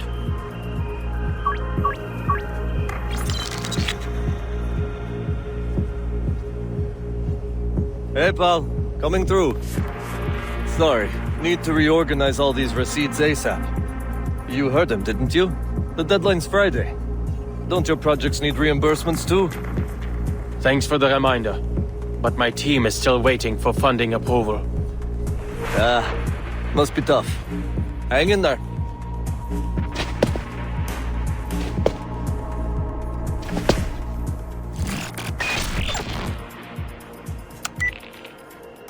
Ulrich, I assume you've also come to the same conclusion. The correlation between the degree of observation and the toy box's abnormalities. Exactly. Put this down in your report. The reason I made you all leave wasn't because I harbored any ill will toward my colleagues. As we all know, every new observer adds a degree of freedom. The higher the degree of freedom, the harder it is to converge at a single point. Someone wants to see a dark room, so they turn on a flashlight. But if 10 people in different corners of the room simultaneously turn on their flashlights, between all the beams of light, not one of them can see clearly. This we understood, but what we failed to account for was the light shining through the window, the people outside the room. Not only do those who enter the toy box increase interference, but so too do those who observe from the outside.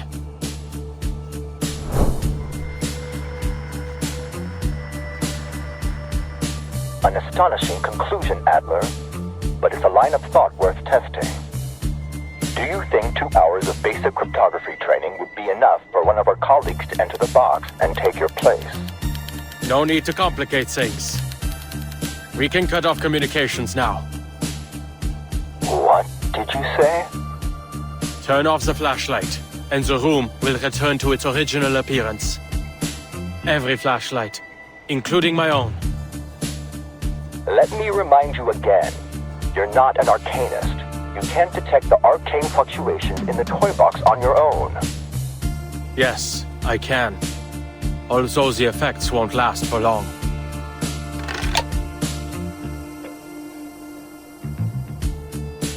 I still have faith in science, even in an era where rain falls in reverse. It's reliable by nature. Systematic, comprehensive, replicable. As for Arcanum, I may as well make the most of it while it's mine to use. Thankfully, its basic applications don't require deep understanding.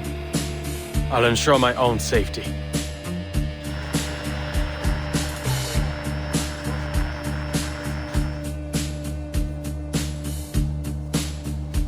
Of course, you're an exceptional researcher and our greatest cryptographer. You still have 30 minutes, plus the 2 additional hours we've approved. Best of luck. See you soon, Adler. See you soon, Ulrich.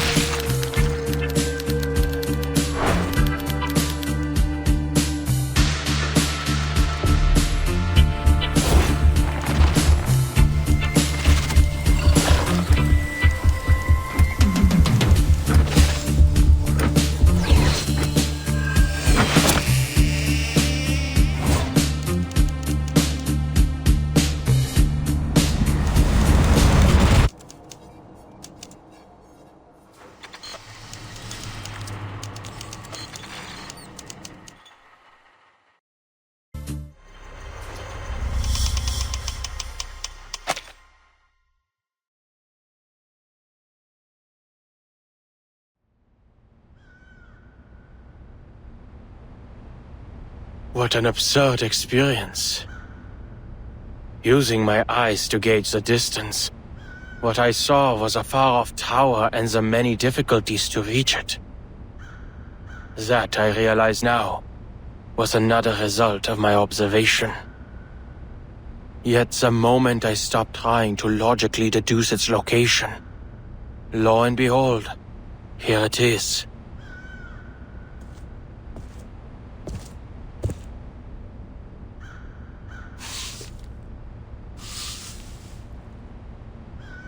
If arcanists truly live in a world of such unpredictability as this, it's little wonder many think they have mental problems. Alright, since everything's been reset, that thieving raven will likely reappear at the tower, with his shiny contraband in tow. The only problem is getting inside.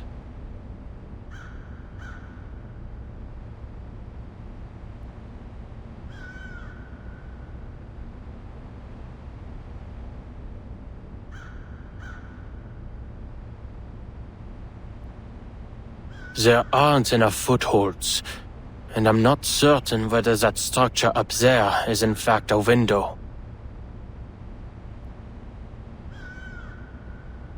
Open sesame.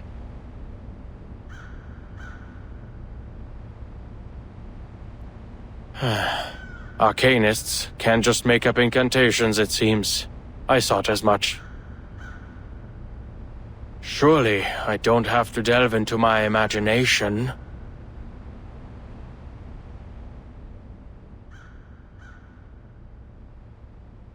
Arcane skills. Arcane skills. How on earth do they figure out these things? I should have asked for a copy of a basic guide to using Arcanum before cutting off communications. Never mind. The principles ought to be about the same. Focus your mind and let the intensity of your thoughts bore a hole in the wall. Not hoping to turn your thoughts into a sledgehammer, are you?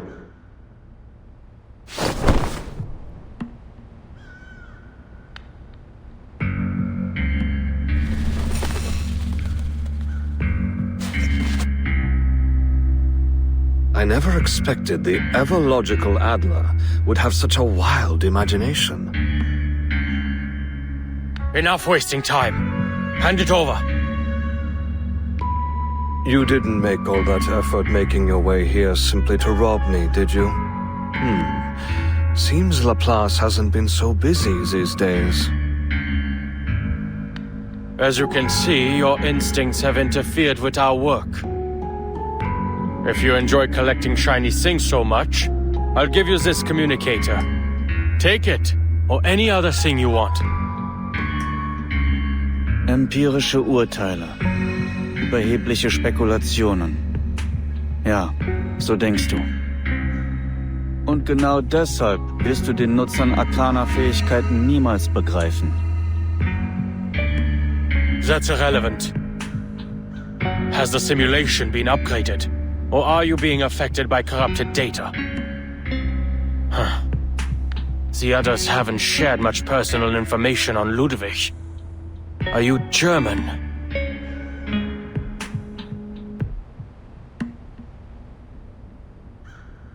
Ich verstehe ganz genau, was du willst. Du bist viele Male in diesen Turm gekommen, um ihn zu zerstören.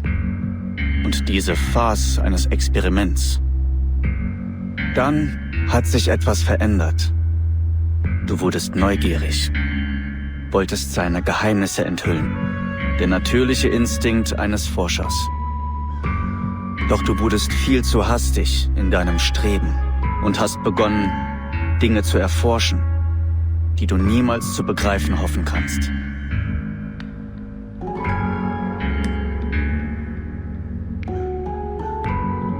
Enough chit-chat. Du kannst das Arkanum nicht begreifen.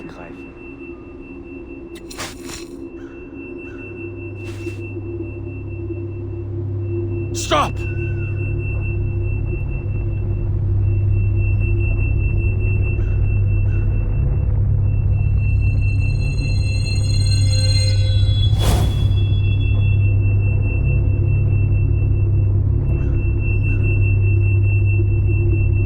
Darum kannst du diese Tür nicht öffnen.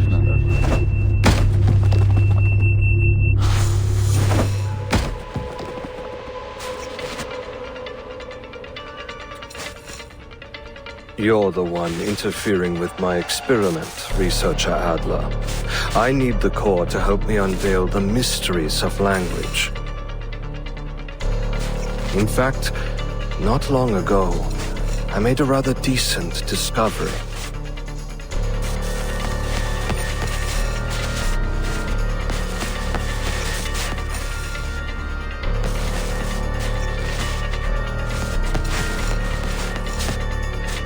Was that hypnosis a curse or a prophecy? Or is that nonsense, and yet nothing has come of it?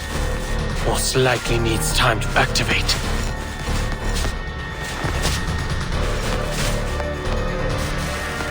There's still half an hour left. Enough time to get you out of my way. I need the core. It stays here.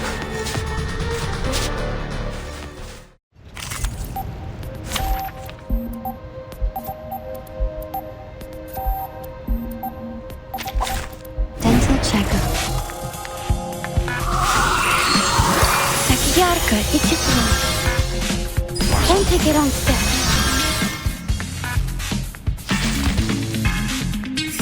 Deine Einmischung ist der eigentliche Beweis dafür, dass die Erschaffung einer perfekten Sprache notwendig ist. Es besteht dieser Kern, wird es mir ermöglichen, die schmutzigen Fehler der Sprache zu eliminieren und die Shannon-Entropie in ein vollkommenes Gleichgewicht zu bringen. Keine Abhängigkeit mehr von Kontext oder Erfahrung. Keine Mehrdeutigkeiten oder Missverständnisse mehr.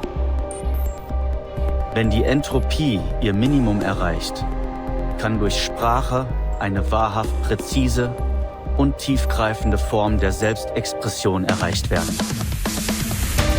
Und so wirst du schließlich vollständig begreifen, was ich beschrieben habe. If you just surrender the core, there would be no reason to fight. Ich werde mir dein weiteres Geschwätz nicht mehr anhören.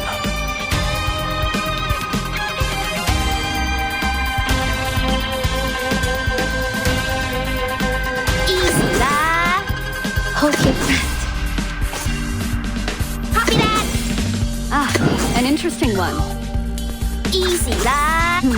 Let me think on it. Crickets and fireworks!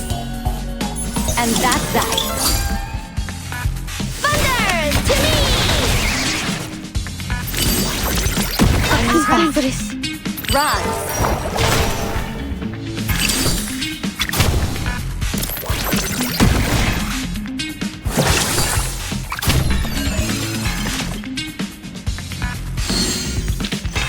They are much naughtier than the Foundation's kids.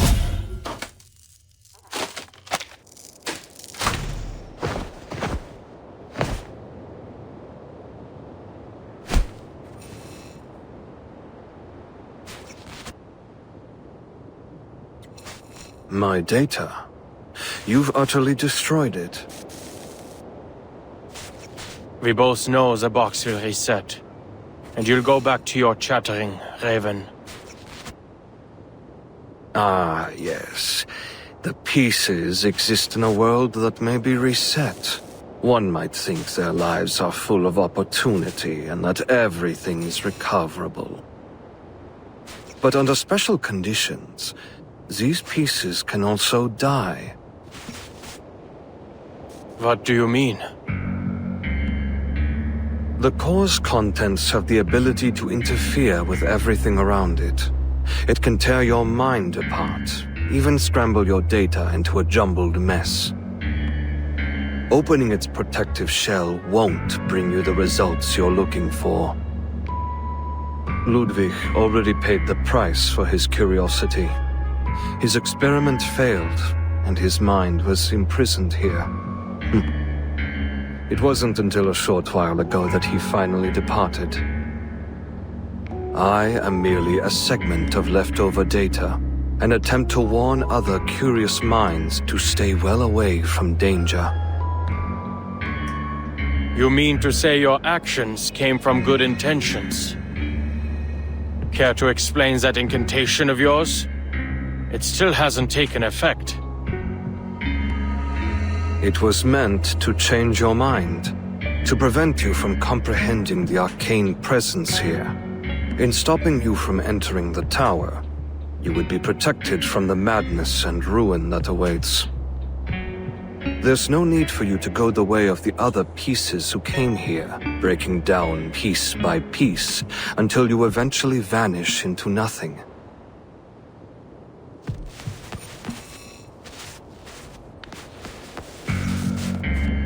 But you needn't worry. It won't be long until my arcane skill ceases to function. I've never had the opportunity to work with Ludwig. But based on your simulation of him, I can guess he's a stubborn, conceited, curious, egotistical fellow. Oh, not really. Just a raven cursed with knowledge, trying his best to protect those who come after. A typical Laplace employee. You're unhappy.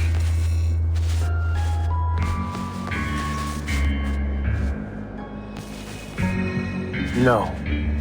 I was only thinking that perhaps there should be someone who helps bear the risks and makes decisions on behalf of these geniuses. Working alongside colleagues with no understanding of lab safety protocols comes at too great a price.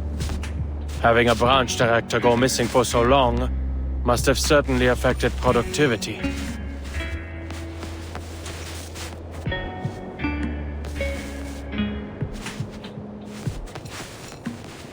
But you and I have never worked together.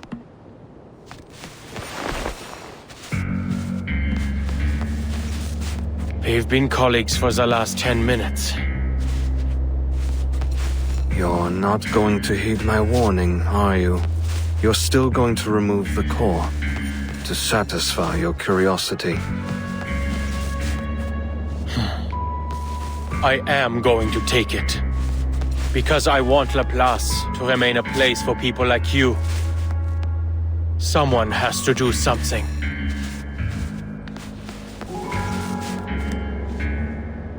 What a coincidence.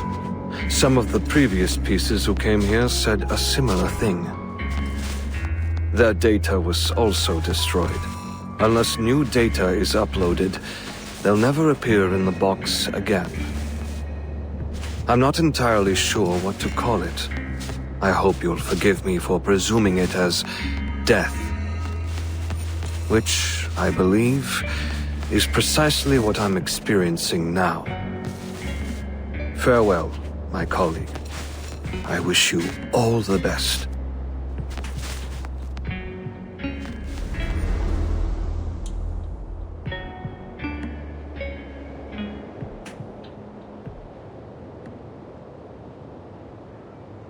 Farewell.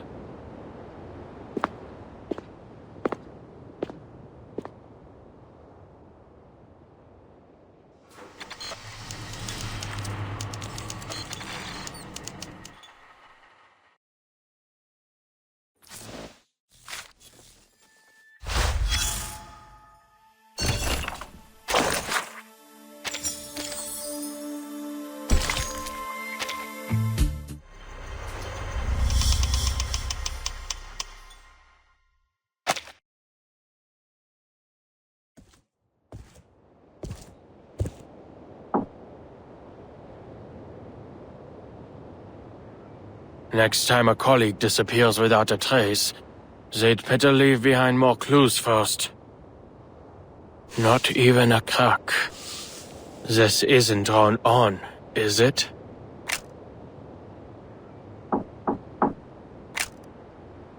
No visible locks. No signs of arcane skills either.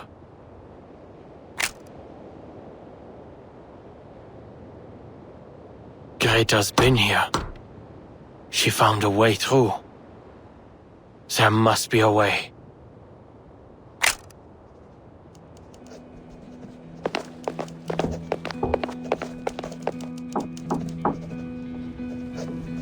Researcher Adler? Researcher Adler, how are you? We've all been quite concerned about your condition. The results of our investigation into the storm have arrived, and everyone's fighting to form research teams. This might be a bit presumptuous, but we'd like to invite you to join us. That's right. You probably don't remember, but during a cryptography lecture at the University of Göttingen, you said every puzzle has a solution, and that if there is no answer, it's just because we haven't figured out the rules yet. This is just like that, a crossword puzzle that nobody's ever solved. We'll be entering new territory, the first to research the storm. And we'll be the first to find a solution, to figure out the truth.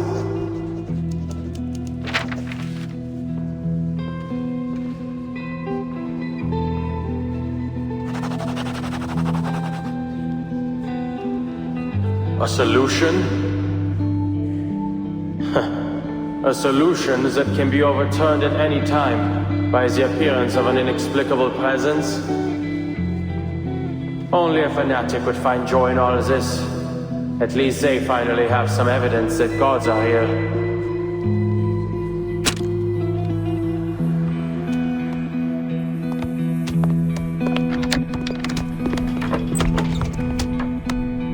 I hear they've given you a nickname, Bruderherz. Enigma. You must admit your colleagues have quite a sense of humor. And taste, if you ask me.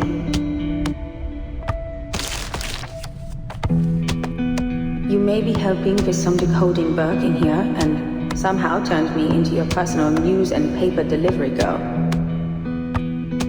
But this house isn't a laboratory, nor your dorm, and it's certainly not an emergency shelter. There is no harm in returning to a normal life. I'm listening. No, you aren't.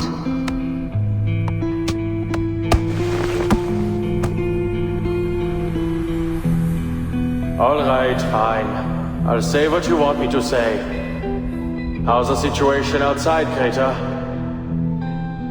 Everyone must be very busy.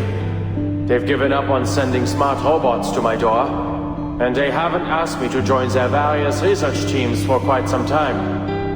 Has the storm research had any new breakthroughs? Is everyone in high spirits? Busy coming up with great ideas?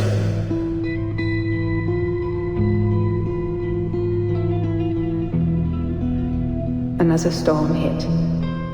It was sudden. I heard there were researchers gathering data outside. They didn't make it back in time. The situation as a foundation isn't much better.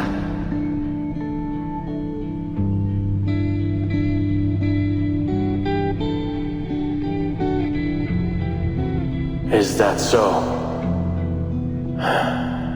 I see.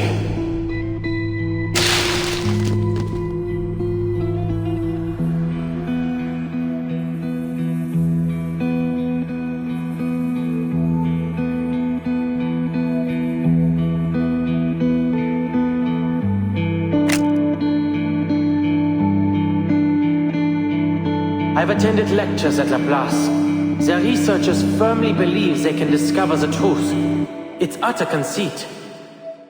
But that's the way it should be.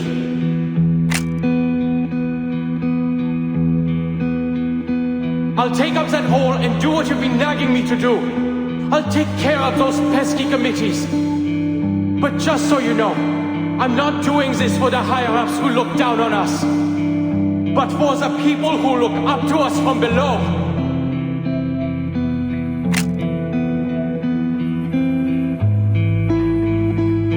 Because I want Laplace to remain a place for people like you. Someone has to do something.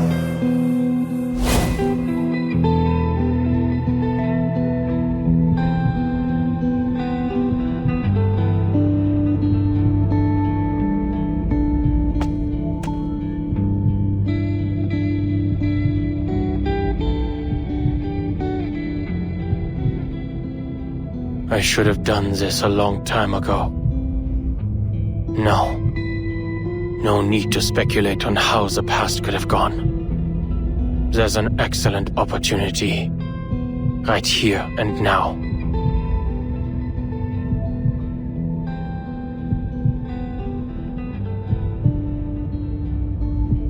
Everything inside the toy box changes with observation. It faithfully recreates my every thought, perception, and idea.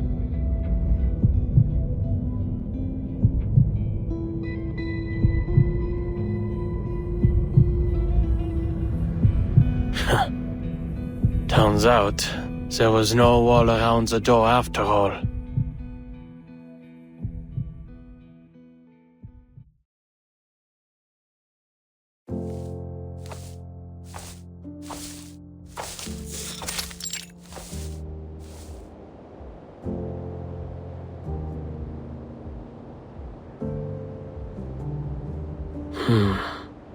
Back where I started. Not bad.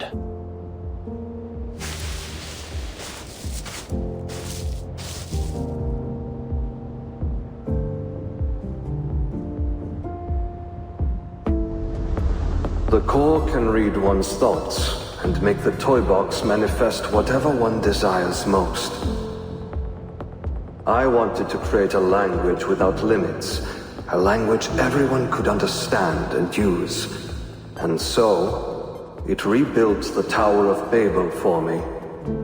It is far too powerful. If you take it, you'll be engulfed by it. Something I don't want to happen. But it's clear you've made your decision. I'm powerless to stop you. I can only wish you the best of luck, and hope you stay true to your convictions. If I had the time, I'd like to have witnessed what it creates for you.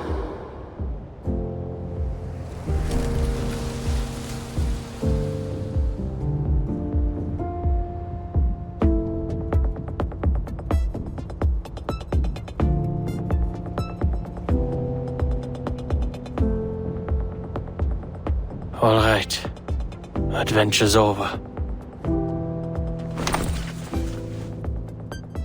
Good. It's created a new code under my observation. A familiar, basic code. And a hint. Das Zeitalter der Menschen ist zu Ende.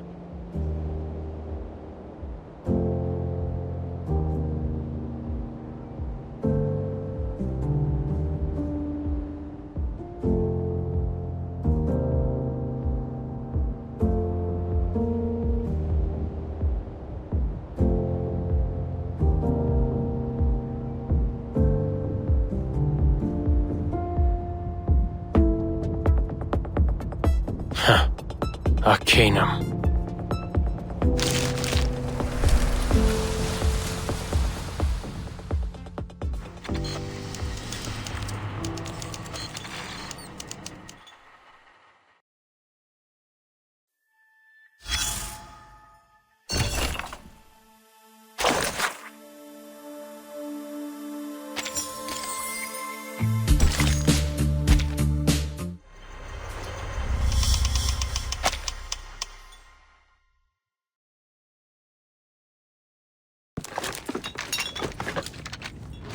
The Visionaire cipher.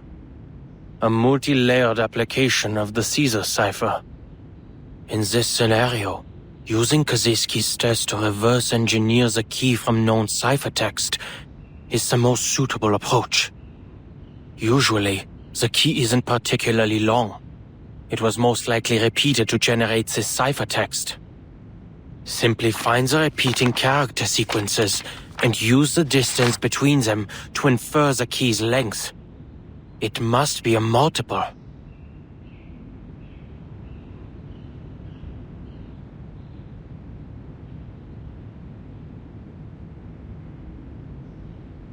Where did I put that German letter frequency table?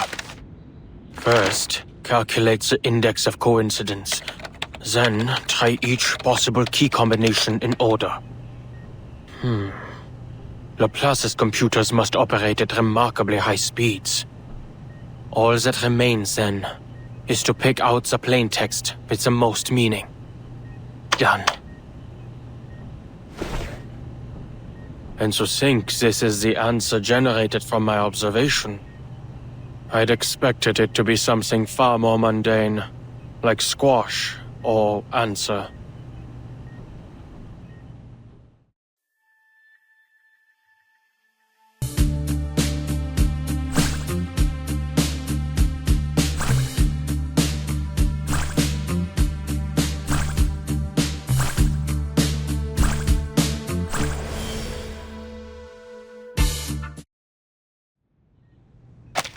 Zukunft.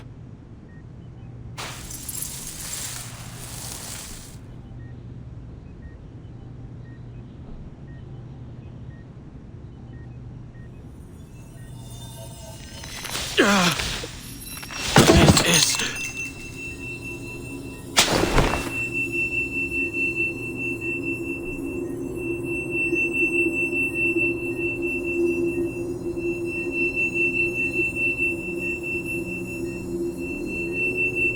These intense arcane fluctuations.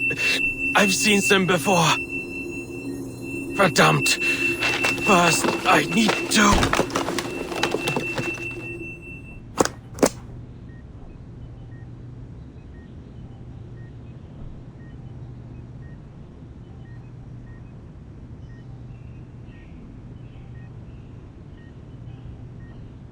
I must have seen something like this before. I'm... Yes. It was when they tried to read that incantation aloud.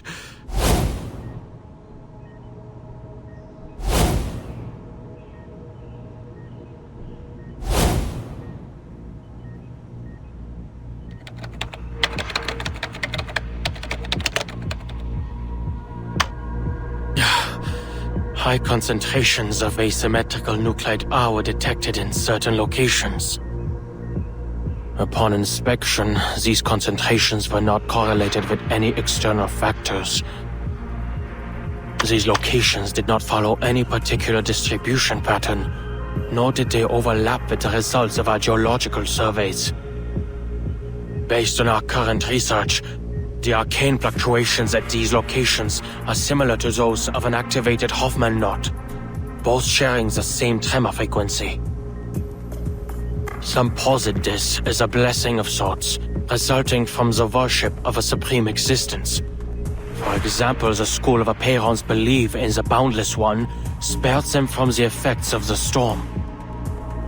And Miss Amundsen's self-described worship of the Mother Spirit is most likely connected to the mutation she underwent.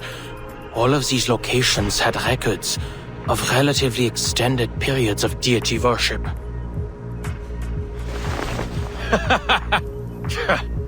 Supreme existence? Deity? If there were a unifying theory to describe the entire universe, even these so-called gods would be scientifically explained.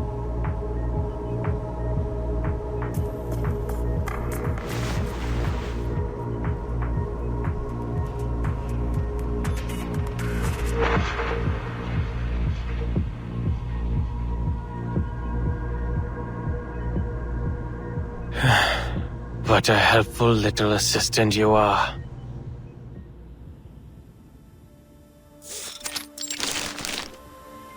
The news you brought back was very interesting, Simone. Madame Z has always maintained a cooperative attitude toward Laplace. It should have come as no surprise to you.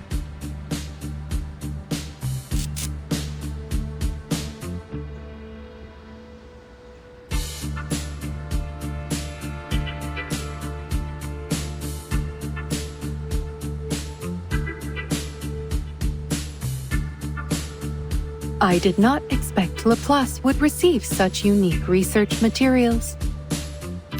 The details contained in the core of that toy box have created a new basis for greater exploration and research into the storm. perfecting the immunity ritual has become a more likely possibility. The report also mentions that researchers Adler and Medicine Pocket collaborated to develop an antidote for picrasma extract. I did not use the wrong names, correct? Correct. Your data loss has alleviated considerably. Although a significant portion of data still remains irrecoverable with our current abilities, it's only a matter of time until we find a solution, Madam Lucy. Good. Then, I will apply for some even more complex research tasks when the time comes.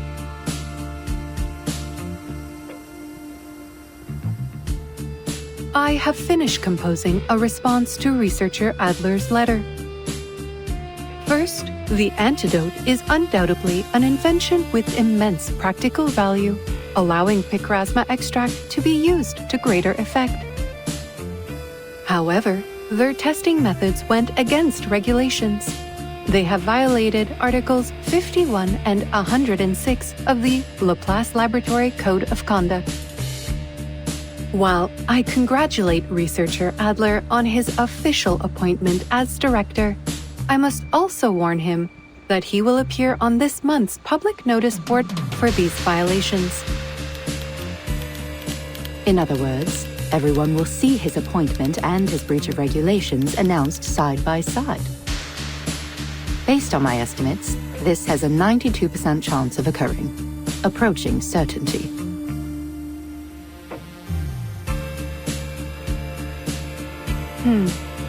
There is something else I do not understand. Does Laplace currently have a large surplus of paper?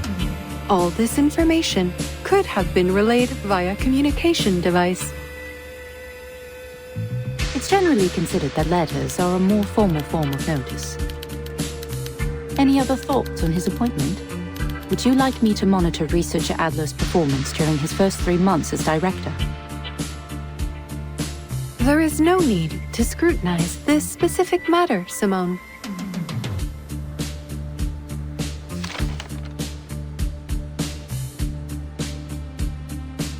I am still functioning. Thus, there are still people who seek answers to the world's unsolved mysteries, and those who work to uncover its unknown principles. We continue to walk the path of progress.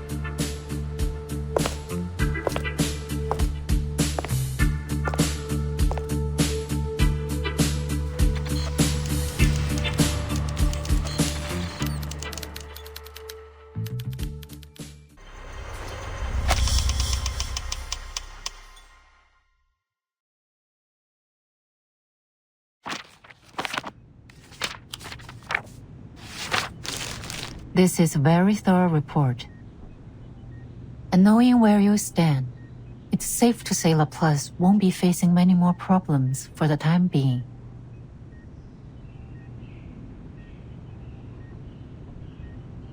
Our research will continue until we uncover the truth behind the toy box. After we establish the toy box research group, I'll be sure to submit more detailed reports of our results. What you have there is far from our final conclusion on the subject, or on our collaboration with the Foundation.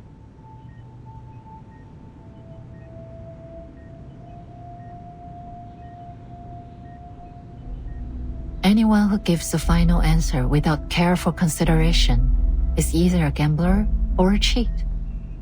I'm glad to see your prudence and rationality as a researcher remain as dependable as ever. Of course, I'm even happier you finally decided to be more than just a researcher. I'm sorry, but even now I still don't fully understand your decision. I also have one more condition. Go ahead. Before my appointment is officially announced, I want to meet with the Timekeeper. The Foundation's stance is not fully representative of the Timekeepers, is it? Under the framework of a new bill, the Timekeeper and her team do enjoy a greater degree of autonomy.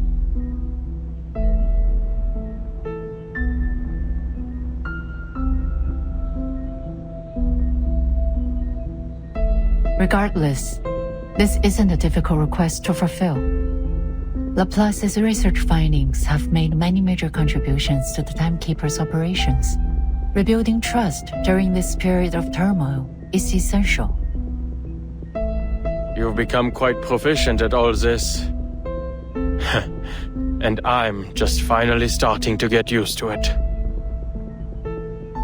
Maintaining Laplace's independence, meeting with the Timekeeper. Is there anything else?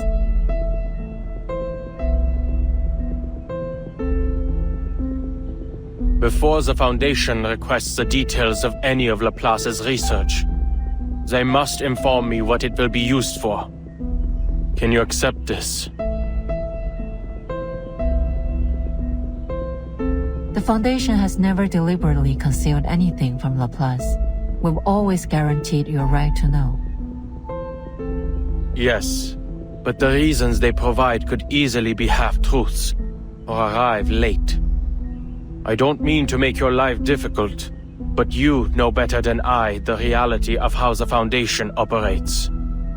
Judging by your reaction, you can't make that promise. I expected as much.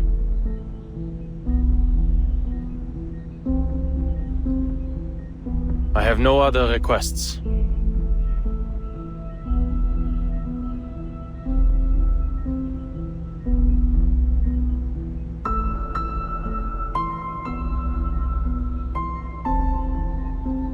Very good.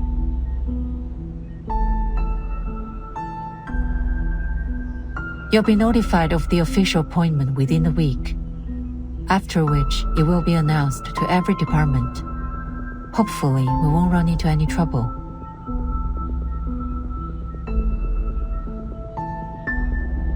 You have a lot of paperwork ahead of you. Why not start with a tidy up? Some advice from someone with experience. Those paper stacks tend to shrink after a little organization. Resorting to psychological suggestion? If it gets the job done.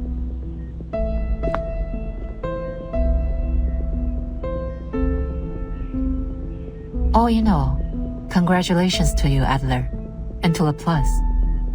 You've secured a positive future for this place.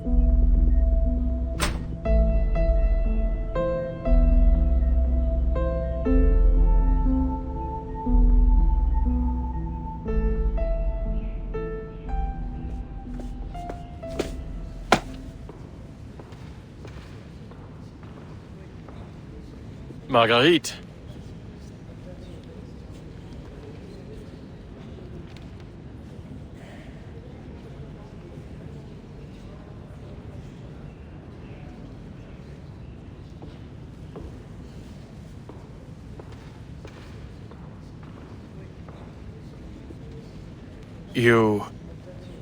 I've seen your research.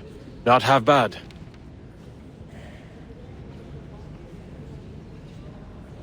Thank you, Mr. Adler.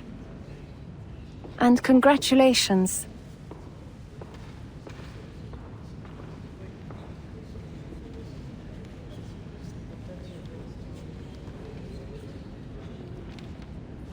Go on in, Mr. Adler. Everyone's waiting.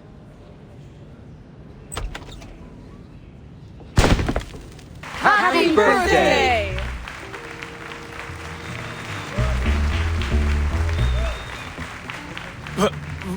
What the hell are you all doing?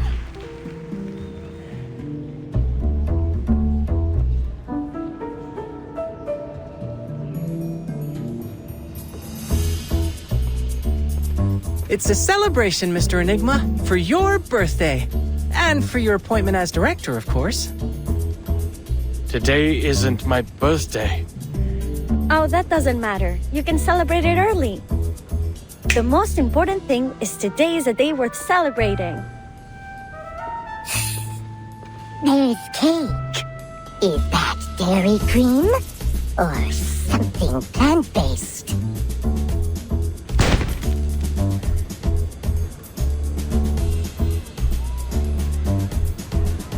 Wait.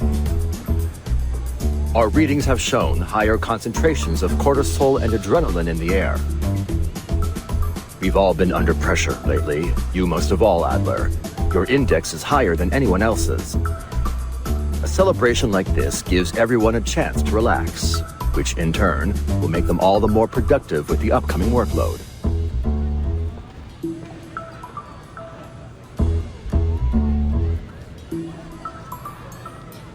Well, this is a birthday party, isn't it? Make a wish, Enigma. What's that? You want me to make one on your behalf? Well, if you say so. I wish, more than anything in the world, for my approval form to pass today. I need to sample the outer material of the toy box. Denied. Your plasma consumption research already jumped the queue. And we need to maintain the structural integrity of the toy box.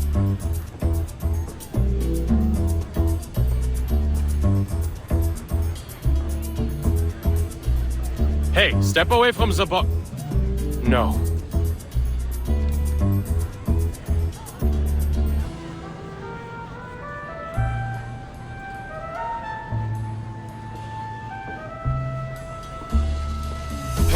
Listen up!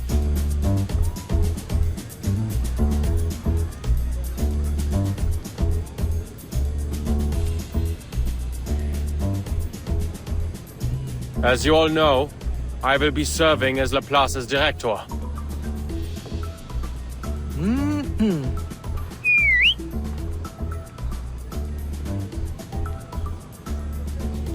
Sans blague! You don't say! We were hardly surprised by the decision. You'd already been doing the work for quite some time. All this goes to prove that, even though you needed some time to adjust, Madame Lucy's judgment was correct.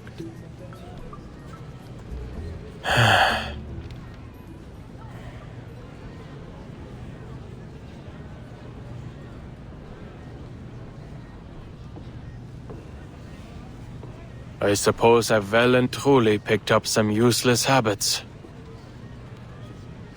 And? Anything else you want to say, Director?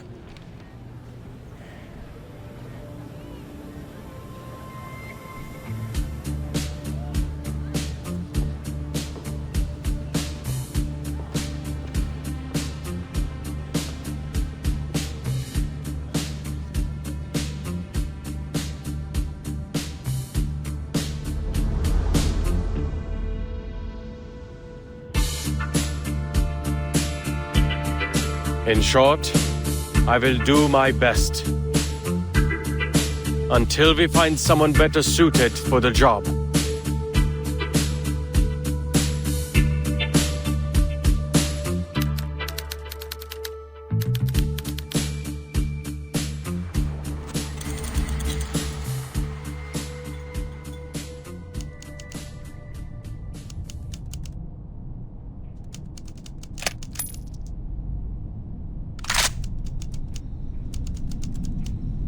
Diejenigen, die nicht vom Sturm geholt werden. Wohin gehen sie, wenn sie sterben? Eine Frage, die noch immer unbeantwortet bleibt.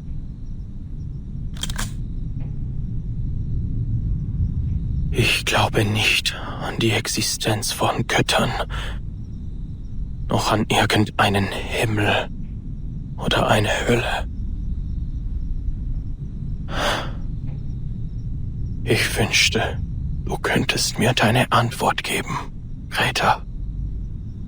Ich wünschte, ich könnte dich selbst fragen. Bang.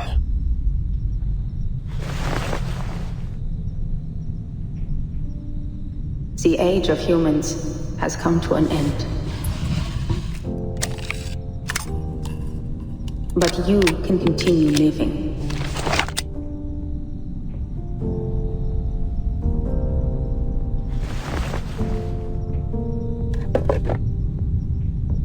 In our new age.